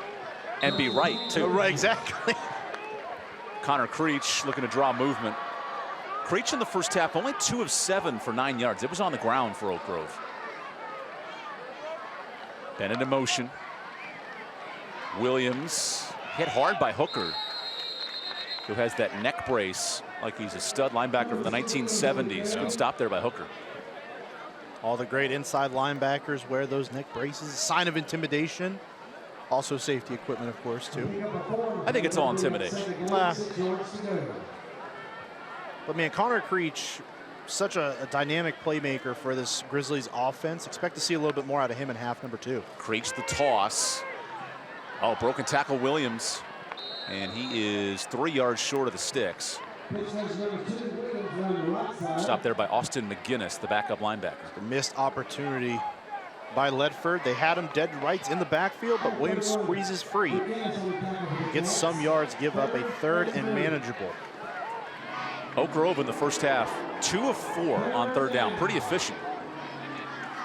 Now 3rd and short. Bennett, misdirection. Oh, Bennett is loose. Down the sideline and a first down. He gets to the 35, but there is a flag back at the line of scrimmage. And Bennett got hit hard. Man. Oh, Bennett's still down. There it is. He got rocked going out of bounds. Let's see the flag. Holding the white to be 3rd down. Yeah, it's a big mistake there. And you wondered when you were going to see some sort of misdirection from these teams. That time, Bennett just coming back across the formation. You see a hold along that front. But Bennett gets rocked as well. Oak Grove must get to the 49 to move the chains. Creech keeps. He throws to the sticks and a drop. Oh, Antonio Giantazio. He had the end zone to go and he couldn't hang on. Wow, Oak Grove's made 3 of those drops tonight. Looked like that route concept on the outside. Between the 2 receivers, Smith comes back inside, almost like a scissors concept. One guy go out. He threw it into his hands. Yep, come inside. He was wide open, so the coverage was lost there. Concept works, the execution does not. Oak Grove trying Ledford trying an Arena Football League style, bringing men on right as the punt was happening. Good kick, better bounce, returnable. And knocked out of bounds. Good coverage by Nolan Collins. Closed captioning for tonight's game is brought to you by Caring Hands. At Caring Hands Home Health, we understand about compassionate care around the clock, hands-on compassionate care. Right now, Ledford without the caring hands and the big feet of Alex Sanford, 1,200-yard rusher, out tonight. And the offense has only rushed for 73 yards in the first half. Just a very tough first half for an offense that's used to putting points up in a hurry. When you're leaving behind a guy like that who is so key to what you do offensively, it's a tall task. These guys that have had to fill in, Handsome being one of them. Here's Hansom's first carry. And tripped up by the freshman, Bradley Bird, who's a special talent in the eyes of Joe Maxwell, the defensive coordinator. He's making plays tonight. Well, think about how good he's been. For a freshman to be a key contributor is one thing. For your freshman to be one of your leading tacklers is another. He has been electric this year. 16 tackles last week, now comes in and makes another stop in this one. Sets up 2nd and 10. Hanson back with it. Little convoy of blockers. And 2 yards later, he's body slammed to the floor. Great pursuit by Ben Boulware and crew. And just as we saw in the first half, this Oak Grove defense is simply following along with that offense, almost mirroring them, getting to the outside. And Hanson had nowhere to go yet again. Even though he's getting to the outside, he's got blockers in front of him. There's just too many defenders that are crowding things around the line of scrimmage. Sets up 3rd and 7. Pressure on Ragland. He's able to run. Oh, and he's leveled. Call an ambulance. It's Xavier Jones again. This kid is relentless. Several big hits in the first half. And when he is getting to the ball carrier, he is not missing. Oh, what a hit. That's all clean, too. I mean, he is spying almost every single one of these dropbacks, and he is making clean plays. That is form perfect. That's sort of Ray Lewis 2000. My goodness. This guy's hitting everything. College coaches out there. You have a senior linebacker in Xavier Jones ready to sign someone. Yeah. Callahan for the punt.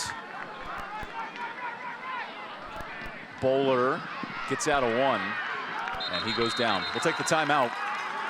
Oak Grove with its 2nd drive of the half when we return to Thomasville.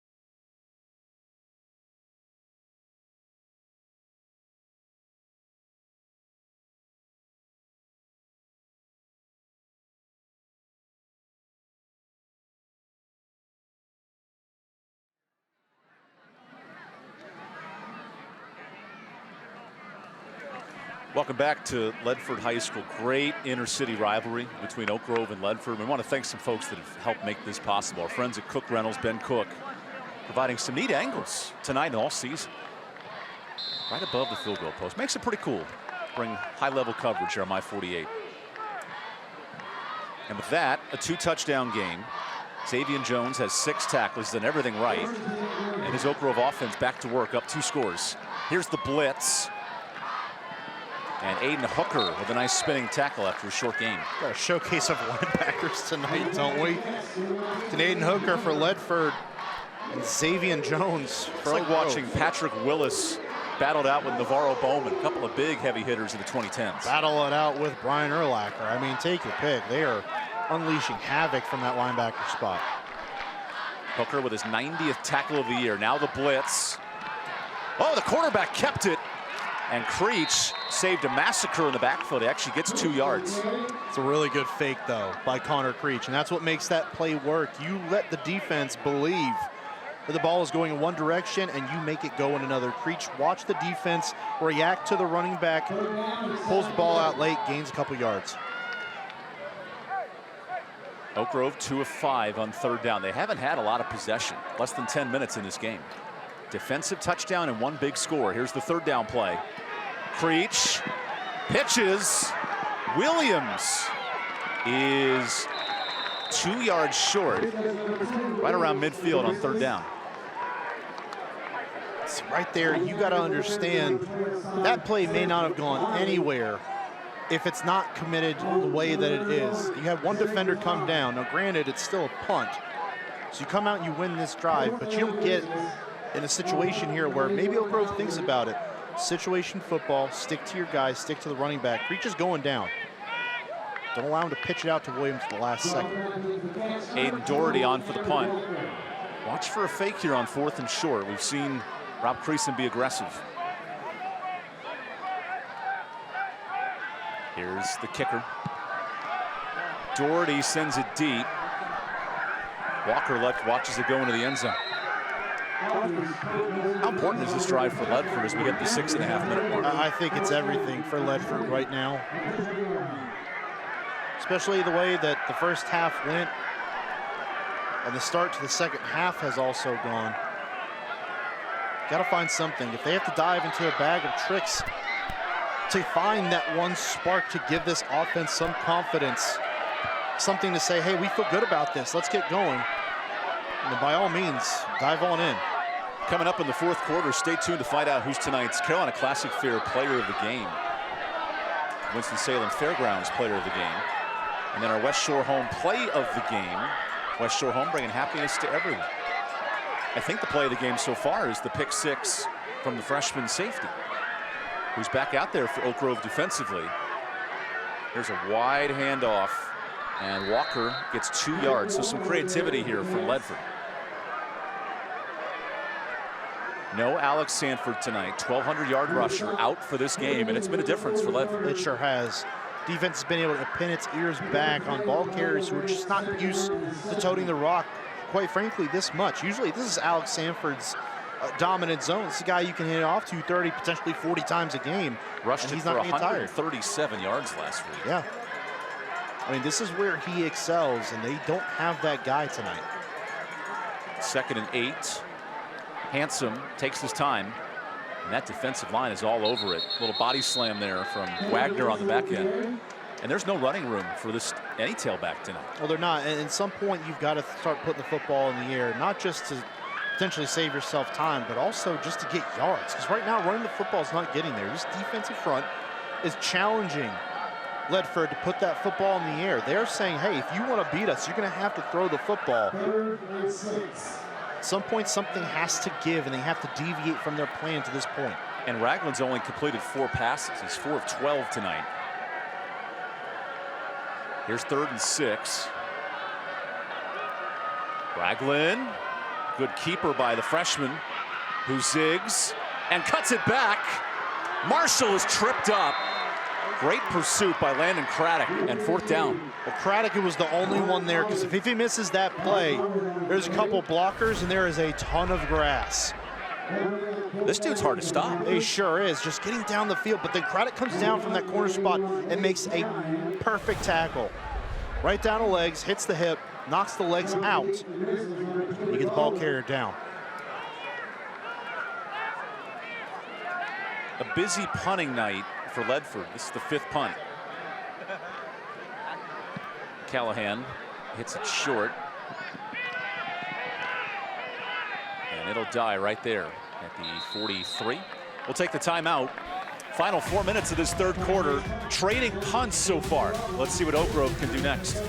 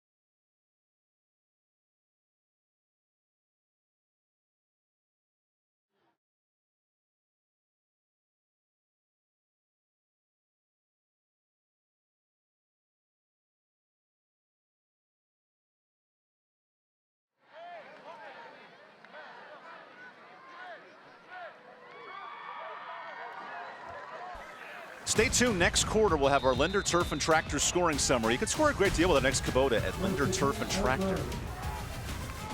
Fresh set of downs for Oak Grove that has won 4 straight games in this series, all by 8 points or less. Every game's been tight.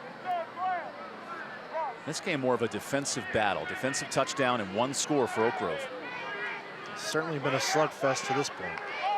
That was the receiver, Giantasio, in motion, and the running back is loose. Williams breaks away. Touchdown, Oak Grove from 57.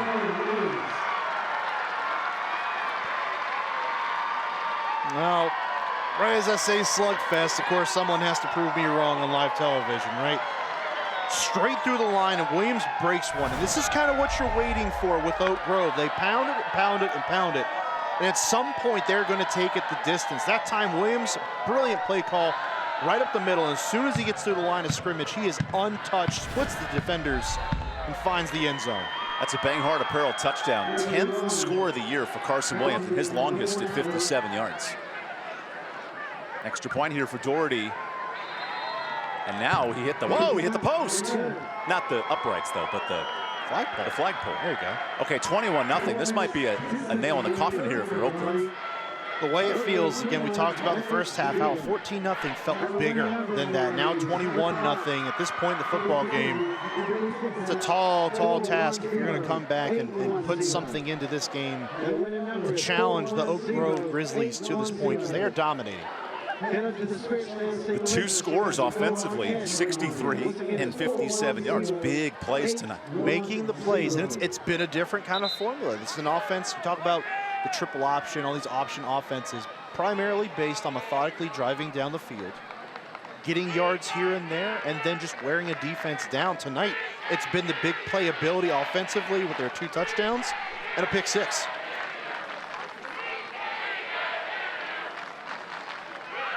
It's a battle of who can hear who. Remember, these high schools, Oak Grove and Ledford, are 5 miles apart.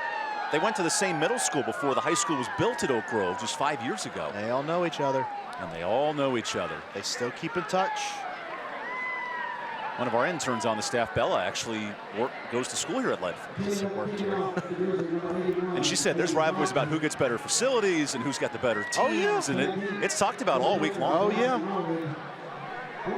Oak Grove, so new, brand fresh school that has won 4 straight in this series. Absolutely, and they're looking and keening for another one. Doherty sends it away. Let's see if a spark could happen. Well, no, great kicking will limit that. A touchback here for Ledford. Matt Gibson, go ahead, my friend. Yeah, coming out of halftime, Ledford was a little bit flat on the sideline. So as they're coming out into the field, you hear coaches telling them, hey, let's go, trying to pick up the energy, trying to let them know that they still have a chance that they can execute in this game. That's the problem, though, right now for Ledford. It hasn't been enough execution. It's been down to the bare basics of football, as all 3 of us on this staff know. Look, it comes down to just executing.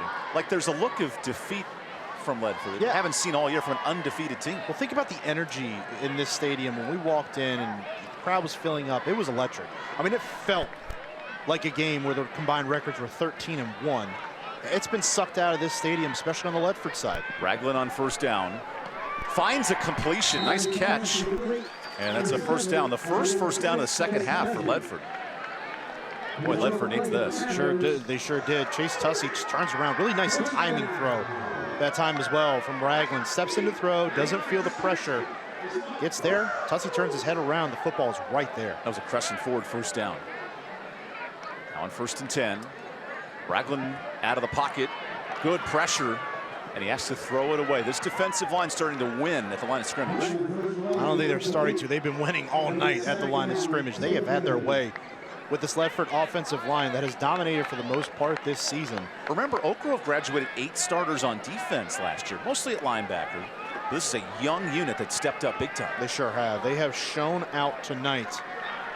Leak, Wagner, Boulware, Diablo, they have been the guys. 3 underclassmen and a senior for this Gil Maxwell defense. 2nd and long. Nearly picked by Craddock. And it sets up 3rd down. Pressure came shooting right up the middle. A little bit of a delayed blitz by Xavion Jones. Number 6 flashing right there, rushes the throw. For the amount of pressure that he's gotten, the hits that he's had tonight. Ragland felt the pressure. Playing the mind games right now, just delivers an inaccurate ball and almost paid for it. Now, Ledford's a team that's thrived being up and running the football. They haven't trailed by 3 scores all year. Different task here on 3rd and long. There's a fumble and just giving the play away. Oh gosh, now with 3 minutes left in this third, you have to punt it and hope your defense keep you in this game. Right.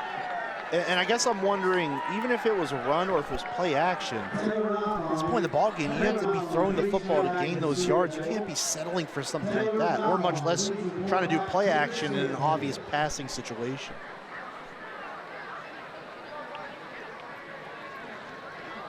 Just not sure about the play call on that 3rd down. There's a lot of time left in this game, but Ledford looks quite defeated here in this 3rd quarter. Good boot to send it away by Callahan. And his best kick of the night lands at the 23.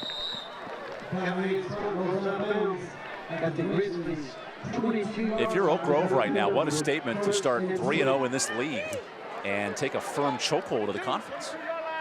Coming into this game, we knew, again, winners of 4 in a row within this series. Little brother has seemingly gotten the other upper hand on much older brother in Ledford. And right now, they are certainly on their way to getting their 5th consecutive win against the Panthers. Speaks to the culture that they have. Williams, fresh off the touchdown, actually pushed the pile himself and then gets body slammed. A little bit of pushing and shoving after the play. And obviously understand that one side is pretty frustrated by what's been going on tonight, getting pushed around on your home turf against arguably your biggest rival, no less. These two in North Davidson are all intermingled by like 10 miles. It's fun to watch. Oak Grove just beat North Davidson 31-7, so they'd be the local champion. Back to Williams. He gets tripped up and falls short, so 3rd and medium coming up. So one thing is, with the crowd being a little quieter, you kind of hear the pads popping a little bit. It's a physical game down there tonight, regardless of score. Oak Grove player down after that play. And the trainer staff comes out. That is Williams, the tailback.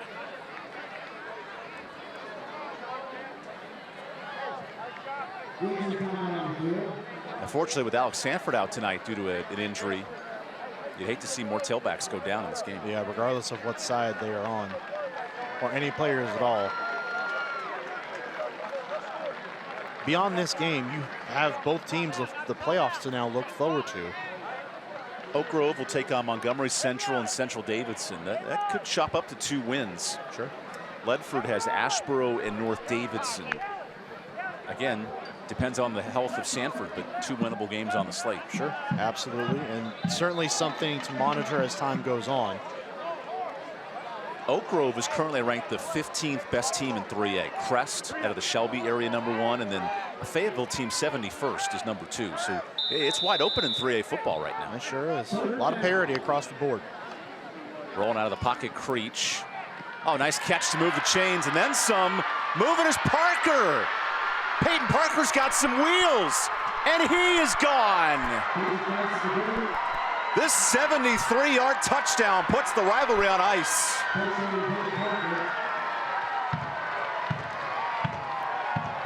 I mean, the wheels on Peyton Parker. Catches a short pass, shakes one defender, and then it was the acceleration from standing still, no less, to pull away from this entire Panther defense. What a play, and the big play, not 1, not 2, not 3, but now 4 long touchdowns in this game. And you can kiss this one goodbye. That was a bang hard apparel touchdown.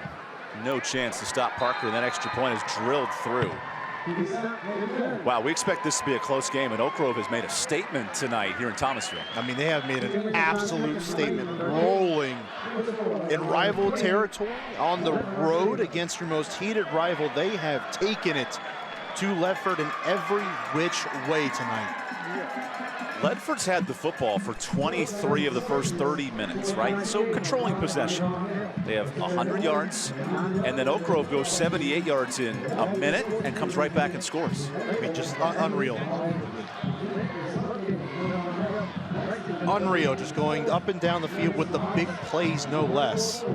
Now you got to think from the Oak Grove sideline, for an offense that, again, likes to move the ball more methodically, but has that big playability because of the athletes they have. What a massive boon that is for them when it comes to playoff time, because that means you can beat your opponents in so many different ways, and they can't just key in on one thing.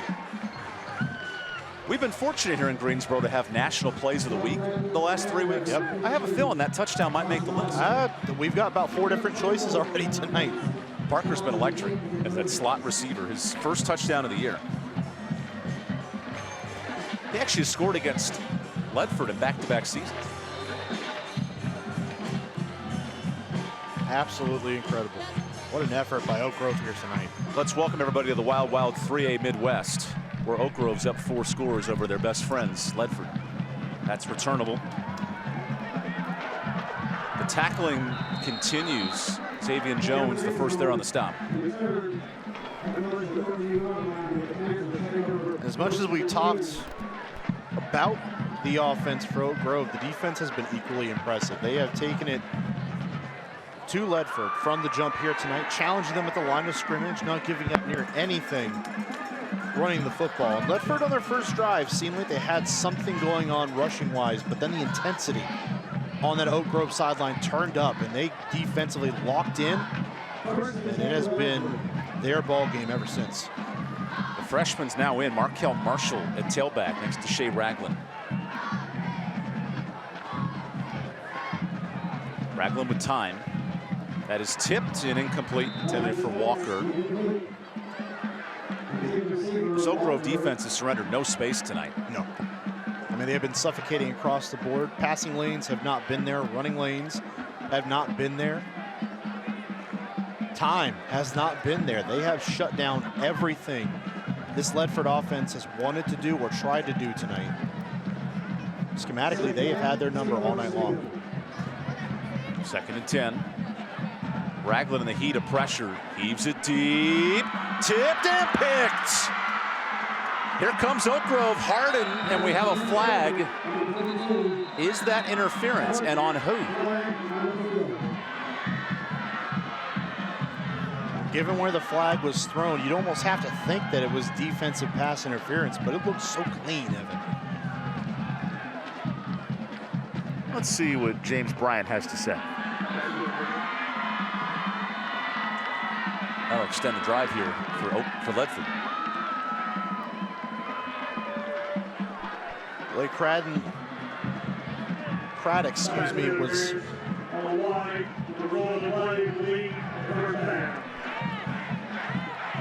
Craddock was the nearest defender. He was the one in coverage that time on Chase Tussey down the field. And I wonder if they just said, because his hand was on the back of Tussey, that is illegal within the realm of high school football in the state of North Carolina. 1st and 10. Ragland swings it out. There's Maxwell, the freshman. He's quick, but not fast enough. Larking and Bird tag teaming him on the tackle. Good luck getting past this Oak Grove defense tonight, Mark. They are sure tacklers, aren't they? They have made every play that has come their way. And in a key matchup like that, where you're one-on-one with arguably one of the fastest players on the Ledford roster, you make that play in the open field like that and allow your other buddy, Bradley Bird, to come over and make that play. Larking, excellent job. Maxwell back to it. He's able to break a tackle or two. Sets up 3rd and short.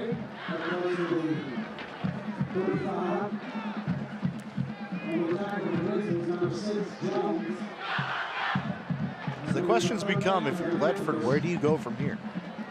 Because teams are going to see this film. They're going to know, look, we shut down or limit Alex Stanford and make someone else beat us. That's the formula. 3rd down blitz. Ragland pump fakes. Now he runs it, and he's not going to get there.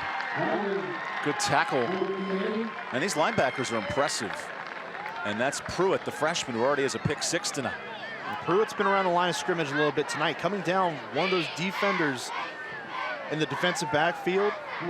He's been mixing up around the line of scrimmage. They've had a spy almost every single play on Ragland tonight, following him if he gets outside the pocket. Pruitt was the guy that time and makes another play in the open field. Ledford will not elect to run a play, so they'll punt in the fourth quarter. What a statement tonight for Oak Grove. League rival, chance to win the regular season and get in a great spot to do it tonight. And it is all Grizzlies. Bears and Panthers, little Nat Geo battle. It's advantage Bears through 3 quarters.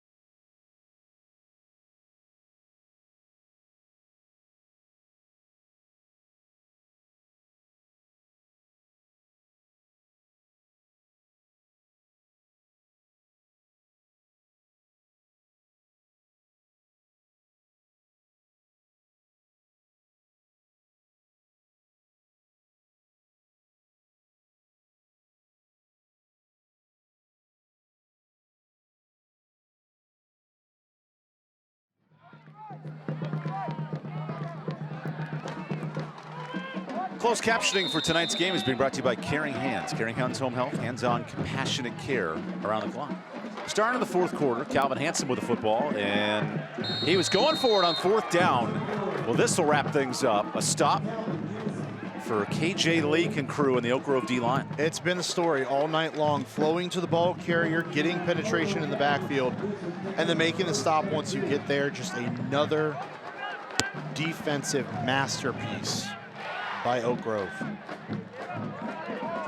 These were the 2 undefeated teams in the 3A Mid-Piedmont. The MPC, there's the CPC, the Central Piedmont, and the MPC. Non-playable character. Winner of this game in sole possession of first place. And now Connor Creech and crew go back to work. He was number 2 last year. He's number 1 this year with his jersey. So his tailback Williams gets number 2. And those 2 each have a score tonight. Here's Williams. No, it's a toss. Reverse. Whoa. Reverse.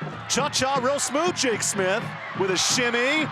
Smith is short. He gets to the 10. The creativity here. Yeah, no kidding. Late stages of the game. I mean, one-on-one with Cameron Walker in the open field, got shook.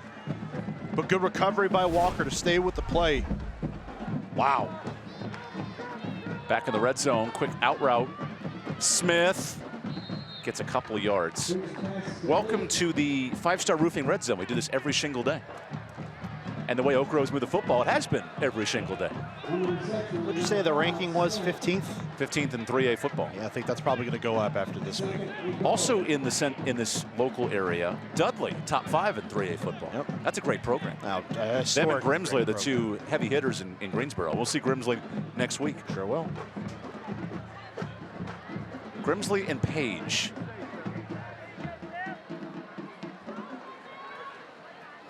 Connor Creech back too with a couple of tight ends in motion, circa Stanford of Jim Harbaugh's day. Williams follows those tight ends, keeps moving the pile to the 5. Any chance Page keep that game interesting next week against Grimsley? Or competitive, I mean? Sure, certainly could. I mean, you take the football field, you would like to think so. You see Williams fight his way through and try to stretch out for some yards. Good to see him back in the football game, no less. But they certainly can. Look, you go on the football field, anything can happen, especially at the high school level. Grimsley, of course, one of the best programs within the state, regardless of what division they're in. But Page has a shot. Parker in motion, quarterback keeper, and Creech is short. He gets to the 3. And Rob Creason's been aggressive in these spots. Looks like they're going for it here on 4th down. Well, you talk about wanting to take it to your rival. Don't just take the points. You're trying to send a statement not just to everyone else in the area, potentially the state, but you want to send a message to the people on the opposite sideline now. Oak Grove has come in and run the football in the second half, 100 yards rushing. 4th and goal, play action, end zone, touchdown, Peyton Parker. Little 4th down trickeration for the Banghart touchdown.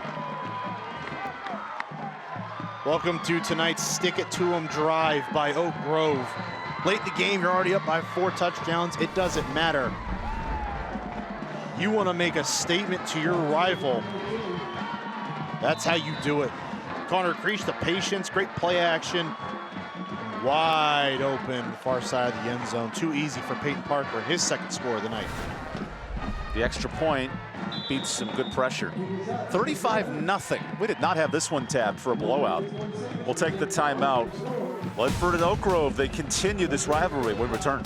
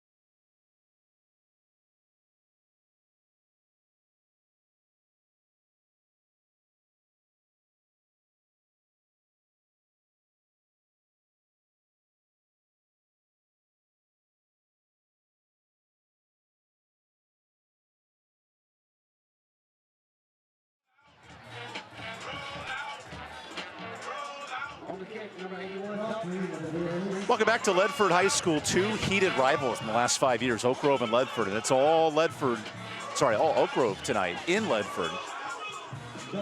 5-play, 32-yard drive for the touchdown. I was about to ask you what game you were watching. The reverse. Yeah. Happy opposite day.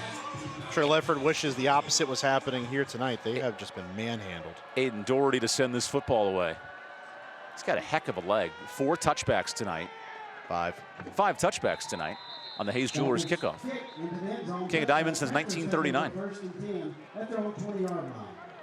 Talk about thriving on the end of the Great Depression in 1939. Really kicked that back and sky into the 40s and the 50s and produced diamonds ever since. That's a very articulate way of putting that. Very well done. Well, yeah, the Roaring 20s, the Depression in the early 30s. Are we doing a history lesson now? Well, here's some history for you. Oak Grove's now about to win 5 straight over Ledford. And how dangerous is this Oak Grove team? They lost in the 2nd round of the playoffs last year. What's the ceiling for this club? I think it's far past the 2nd round. From what we've seen here tonight, this is a team that seems like it is primed and ready to make a solid push. But for all the things that have happened here tonight for Ledford, do not count the Panthers out. They did not get to 7-0 by any mistake. We have a new quarterback for Ledford in. That is Cameron Eller, the freshman. Number 41. Eller has played in 2 games in his high school career. This is his 2nd. We don't know much about Cameron Eller. That's the nature of the score. No. Not every day you'll see a quarterback wearing number 41, right? He has the JV helmet. Yep. No Panther on his mask there. You got to earn that.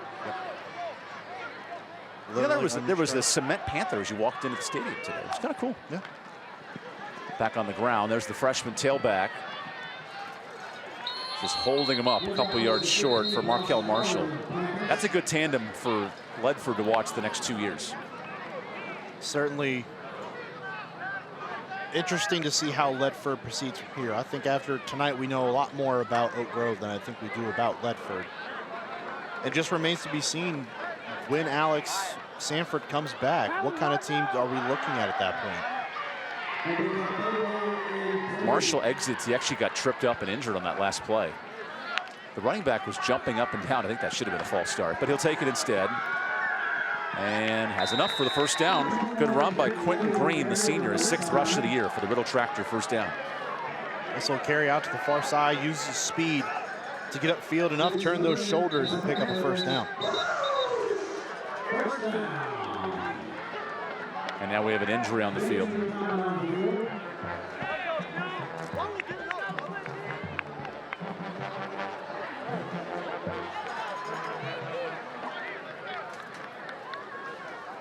A lot of confusion on this Ledford sideline right now, and you see Alex Sanford come into the huddle. The stud linebacker right there with the Letterman jacket. That is a hard loss for a 1,200-yard rushing. Certainly a guy, I think, coming into tonight, we kind of thought that this was a game that was going to feature a lot of really good players, and he was certainly going to be at the top of the list of the guys you wanted to see. Someone who can dominate when given the opportunity, and he certainly has had plenty of that this year. That's Bradley Bird, the linebacker, getting back on his feet with the help of the training staff. But again, you're just interested to kind of see what transpires going forward, because for Ledford, it's going to be a case of teams are now absolutely going to sell out to stop Alex Sanford because they want to see someone else beat them outside of number 8, excuse me, in black and silver. Fresh set of downs for Ledford. Loose snap, nice recovery. And Green has a hole. Look at Green up the sideline. First touchdown for Ledford.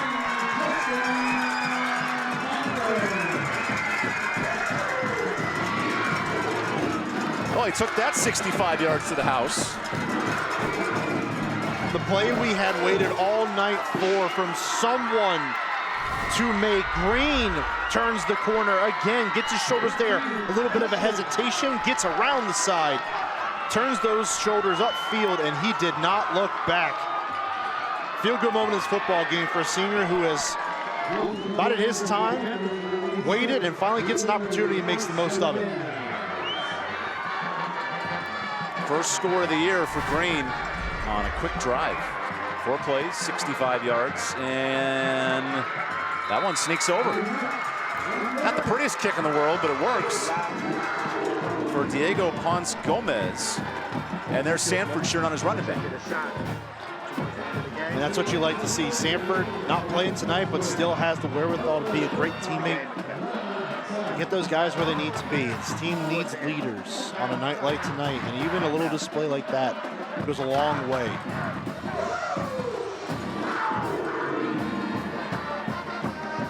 And a little bit of life from the home band tonight here at Ledford.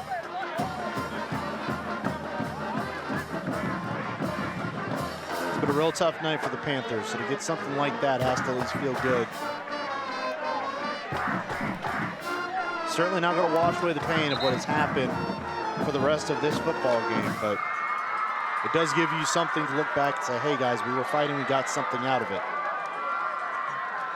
Something to build off of going into next week.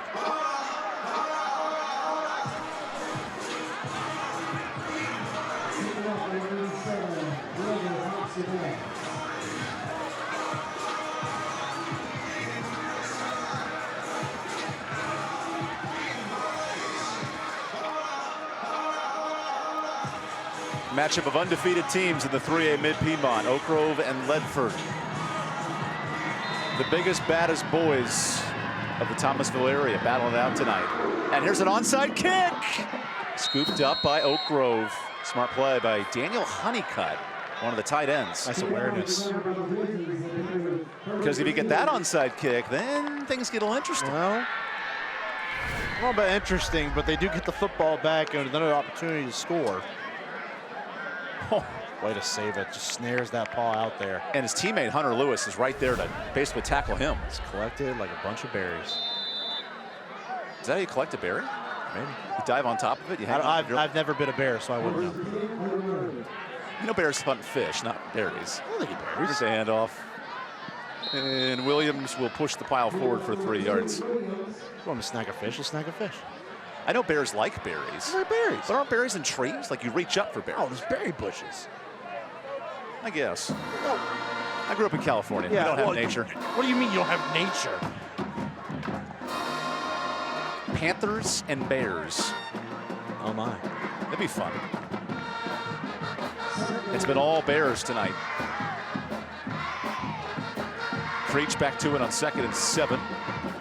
And Williams is stalled up. Aiden Hooker there on the stop.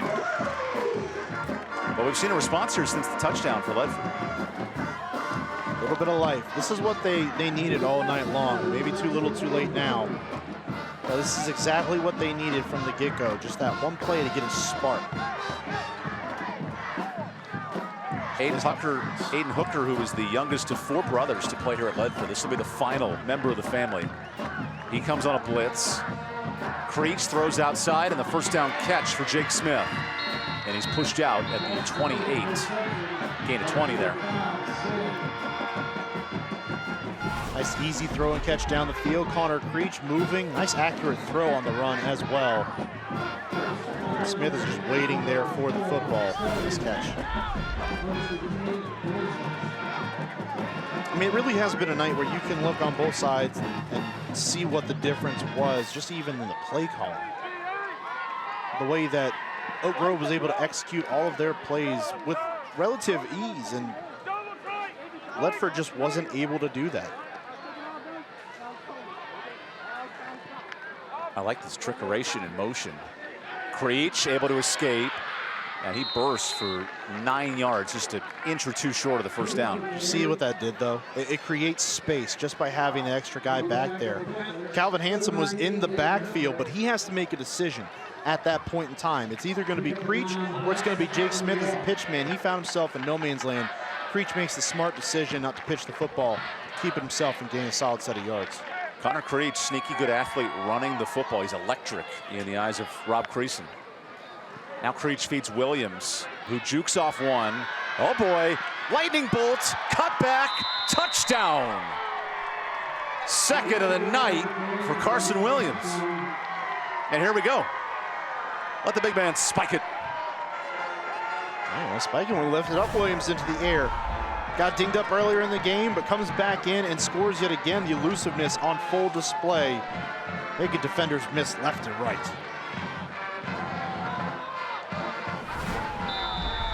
That's a Bang Hard Apparel touchdown. Go hard with Bang Apparel, offering athletic apparel to help you stay motivated with the right fit. Carson Williams, pretty good fit in the backfield tonight. And that's a miss on the extra point. We'll take our final timeout of the night. Oak Grove taking control against the rivals in Ledford.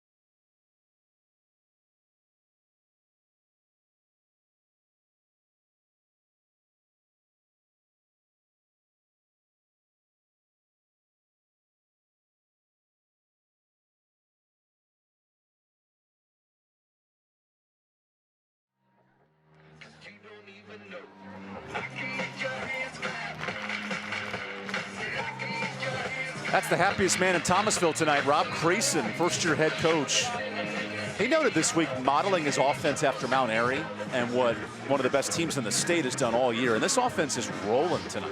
One of the teams that we saw our very first week of our season, week 2 of the high school season, Mount Airy, a dynamic team up there near the North Carolina-Virginia border. But just, you can certainly tell where that influence comes from. 215 yards tonight for Oak Grove on the ground. I mean, they've been, as advertised, an offense we knew could really light it up. They have held up their end of the bargain here tonight. This is not returnable. 6th kickback or touchback for Oak Grove tonight. I like that leg of Aiden Doherty as a senior. Yeah, no kidding. And he plays 2 soccer matches a week and then comes back and kicks on Fridays. Jeez. Not just kick, I mean, it's all kicking duties. Kicking, punting, kickoffs. Football and football. Football and football. On a week where the NFL was at the Tottenham Spurs location in London last week for an NFL game. How about Williams? 15 carries, 115 yards, and 2 tutties tonight. Ledford with the score on its last drive, but that's been it. With the new quarterback. Welcome to varsity, young Eller. Cameron Eller. This is a good stretch run and nicely pursued by the cornerback there. Just a gain of 1. That was Nolan Collins on the tackle. Nice play. Cut him down along the edge. Already saw it turn the corner one time to get a touchdown to Green on the last drive. So nice job taking out his legs, not allowing him to turn upfield to get yards. A 14-year-old feeds a 17-year-old tailback. That's a big difference at that age. A little bit. Eller gets the snap. Oh, his first pass. Here we go. Eller overshoots. Good option there. I like the throw. Looks pretty good. Come on, he's 14 years old. Cut him some slack. This is good. This is a good throw. Look, you got to take your shots down the field. You throw him into the fire, see how he does. It's a little too far and outside. He led his receiver well. The ball was where it needed to be placement-wise.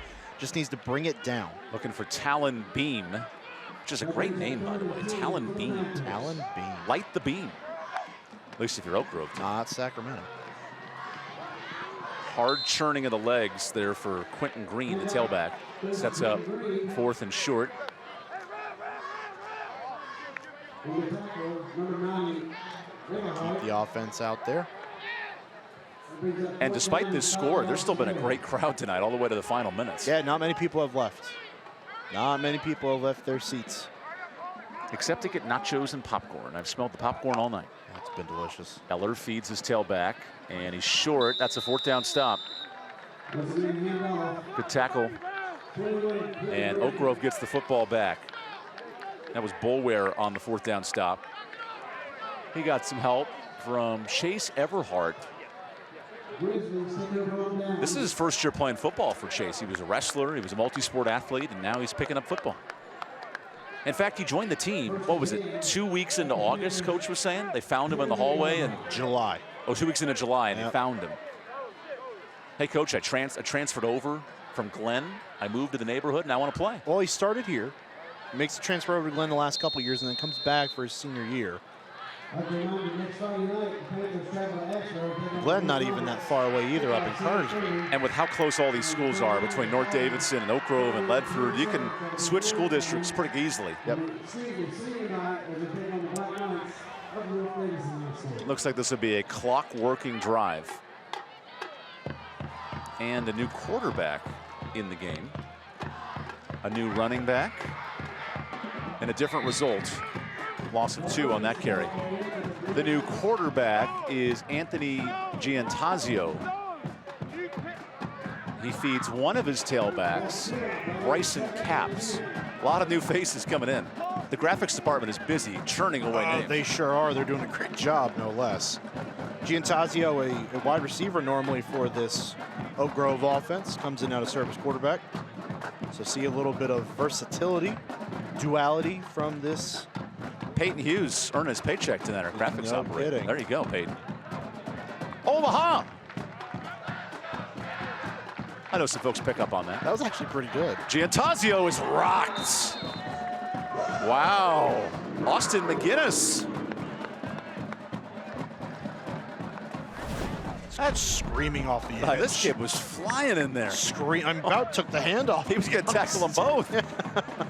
McGinnis said, okay, you want to keep it, quarterback? You want to hand it off? I'm good. Wow, this McGinnis kid is special as a sophomore. Sure is. Bryson Capps, the ball carrier there, had nowhere to go. As the clock continues to tick. Big win for West Forsyth tonight and East Forsyth. So both those teams are now tied for first in the CPC, just up the road. More blitz. Oh, boy. Man. The poor Capps. If I'm Capps, I'm looking for some help because he's getting rocked. You gotta move a little bit faster, right? These hits coming straight off the edge. They're free blitzers. Boy, this defensive line of Xavier Todd and Chris said, finally, it's not Williams. We can tee off the running back. But no kidding, we got an exciting next 2 weeks of our season. We have Grimsley, and Page is going to try their very best to beat their nearby rival. That could be tough. And then East and West Forsyth for a league title. I'm telling you, the way it's going, it's certainly shaping up. So what's this whole hand formation thing? I don't understand that from the up man. There's a fair catch. Whoa! There's the catch. It's not fair, it's foul, but he got it. Let's show you tonight's West Shore Home play of the game. West Shore Home, America's most admired home remodeling brand, and nothing beats a pick six from a freshman. Not the way that this one went, just telegraphed it, read it perfectly out to the side. Pruitt makes the play. Excellent read, excellent play overall. That is as good as it gets. And from a coaching standpoint, that's something you can save on tape and be like, guys, this is how you play this play perfectly. Out to the flat, recognizes it, jumps the route, makes the pick, scores the touchdown. You can't ask for more out of your freshman and Pruitt. And then he got his kicks on Route 66 and ran away for a touchdown. Lightning McQueen, good friend of mine. Eller back to work. Uh-oh, he lost the football. Eller is on the move, and he's going down quickly. Tough learning curve, and a late flag comes in on the hit on Eller.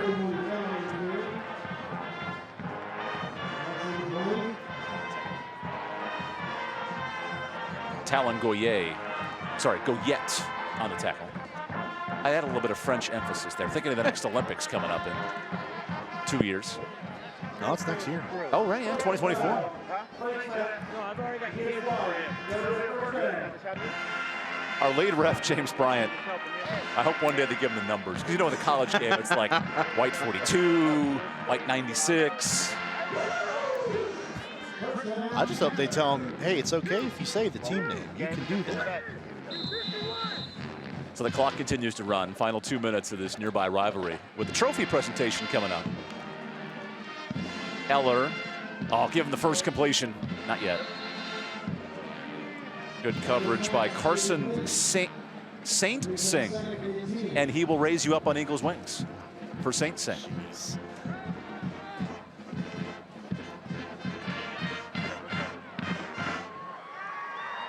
Tough night across the board for Ledford. Don't know that it matters. I want to see this Eller first completion. Yeah. Come on, let it fly. Patrick Midkiff instead goes on the ground. And a short rush there for Quentin Green, the senior, gets a yard. Mark, what is the potential here for Ledford? How do they bounce back next week, hopefully with Alex Sanford back? Well, as Sanford is back, that takes a huge load off their shoulders of pretty much everyone else in the offense, seemingly, right? Now, you know the defense is going to sell it, stop him, but that shouldn't be anything new from what you've done all year long. Give it to your bell cow. See how the pressure comes off of that. The defense will focus in on them. Go back to playing the football that got you to 7-0 here in the first 7 weeks of the season.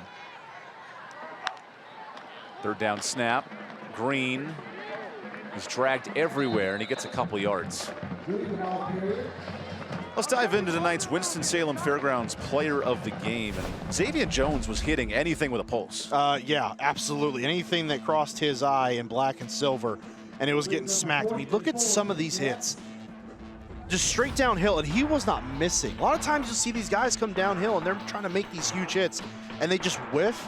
Xavier Jones was having none of that tonight, and a very deserving young man getting our Winston-Salem Fairgrounds player of the game. He ends with 8 tackles, but he hit everybody hard tonight. I love the energy of that Oak Grove sideline right now, about to win their 5th straight over Ledford. This one not by 1 score. 4th down play, this could end the game here. And they give it to him. 1st down run for Quentin Green. And a Riddle Tractor 1st down. Good strong run by Green. Up there, move the sticks. Green has the 1 touchdown for Ledford. That was a 65-yard score. And seemingly end the game with the football in their hands.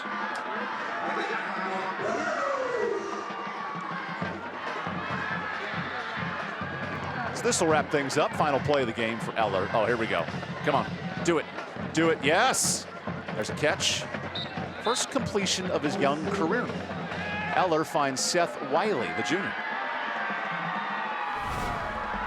Nice little way to end this one. Eller gets his first completion. Nice little throw across the middle. Fairly tight coverage as well. Hey, the Eller family's pumped right now, as is the entire Oak Grove student section. The Grizzlies come into their nearby rival and dominate Ledford tonight, moving into 1st place in the 3A Midwest Conference. It's a thorough domination across the board, offensively, defensively, special teams. It was an Oak Grove party from start to finish. They control this one. Oak Grove takes down Ledford. We'll have final thoughts from the coaches when we come back.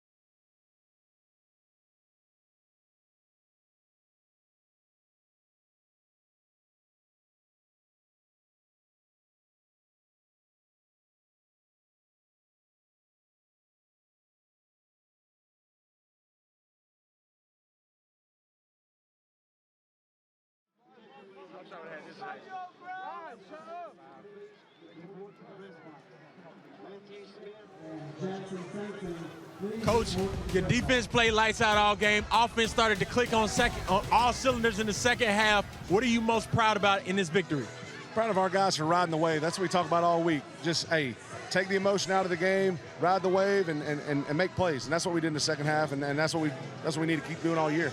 Yes, sir. With this victory, you control your destiny from here on out. What are you telling your guys going into the last half of the season? We got to win the conference championship every week. It's not just tonight, it's every week. So we're going to go into next week trying to win the conference championship. That's our goal. Yes, sir. Tonight is your Friday Night Rivals champions. Celebrate, Coach.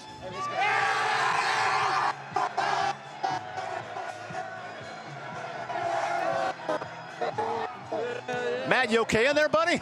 Oak Grove comes out with a nice celebration. The Friday Night Rivals Trophy Championship. Did Matt come out of there, though? That's the real question. How about our Linder Turf and Tractor scoring summary? Because that 1st half was a little more low scoring, back and forth, and then things really got out of hand. 14, the defensive touchdown, and then 41-7 to wrap things up. Well, normally you say, well, which team adjusted, made halftime adjustments. I don't think Oak Grove really adjusted. They just turned it on more. in half number 2, found their groove offensively and ran away with it in the third and fourth quarters to salt this one away and get a solid win. Maybe the win of their year up to this point. Lender Turf and Tractor, your Kubota construction and agricultural equipment in the Greensboro area. Ledford's undefeated no more, folks. This is Oak Grove's town. They beat North Davidson, they beat Ledford, able to really defend home turf here in Thomasville. We want to take a moment to thank our sponsors who make this game possible. Capital Metals, we saw the trophy a moment ago. Cook Reynolds, they've been great with those end zone views, and a mountain fried chicken keeping us full with some pregame meal. Finally, to the high schools, Ledford and Oak Grove and Winston-Salem Fairgrounds for supporting these broadcasts. We're ticking down the regular season all of a sudden. Next Friday, October 20th, the Grimsley Whirlies, one of the best teams in the state, host their league rival, the Page Pirates, right here on My-48. Thank you guys for joining us tonight here in Ledford. It was all Oak Grove pulling off the win, breaking the undefeateds. Friday Night Rivals presented by West Shore Home. For Mark Covert, I'm Evan Budrovich, Matt Gibson on the sideline. We say good night from Thomasville.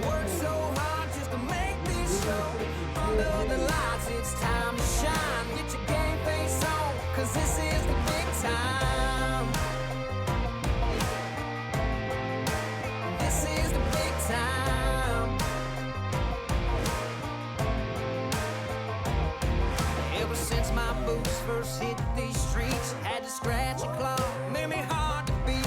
They were real early mornings and late nights.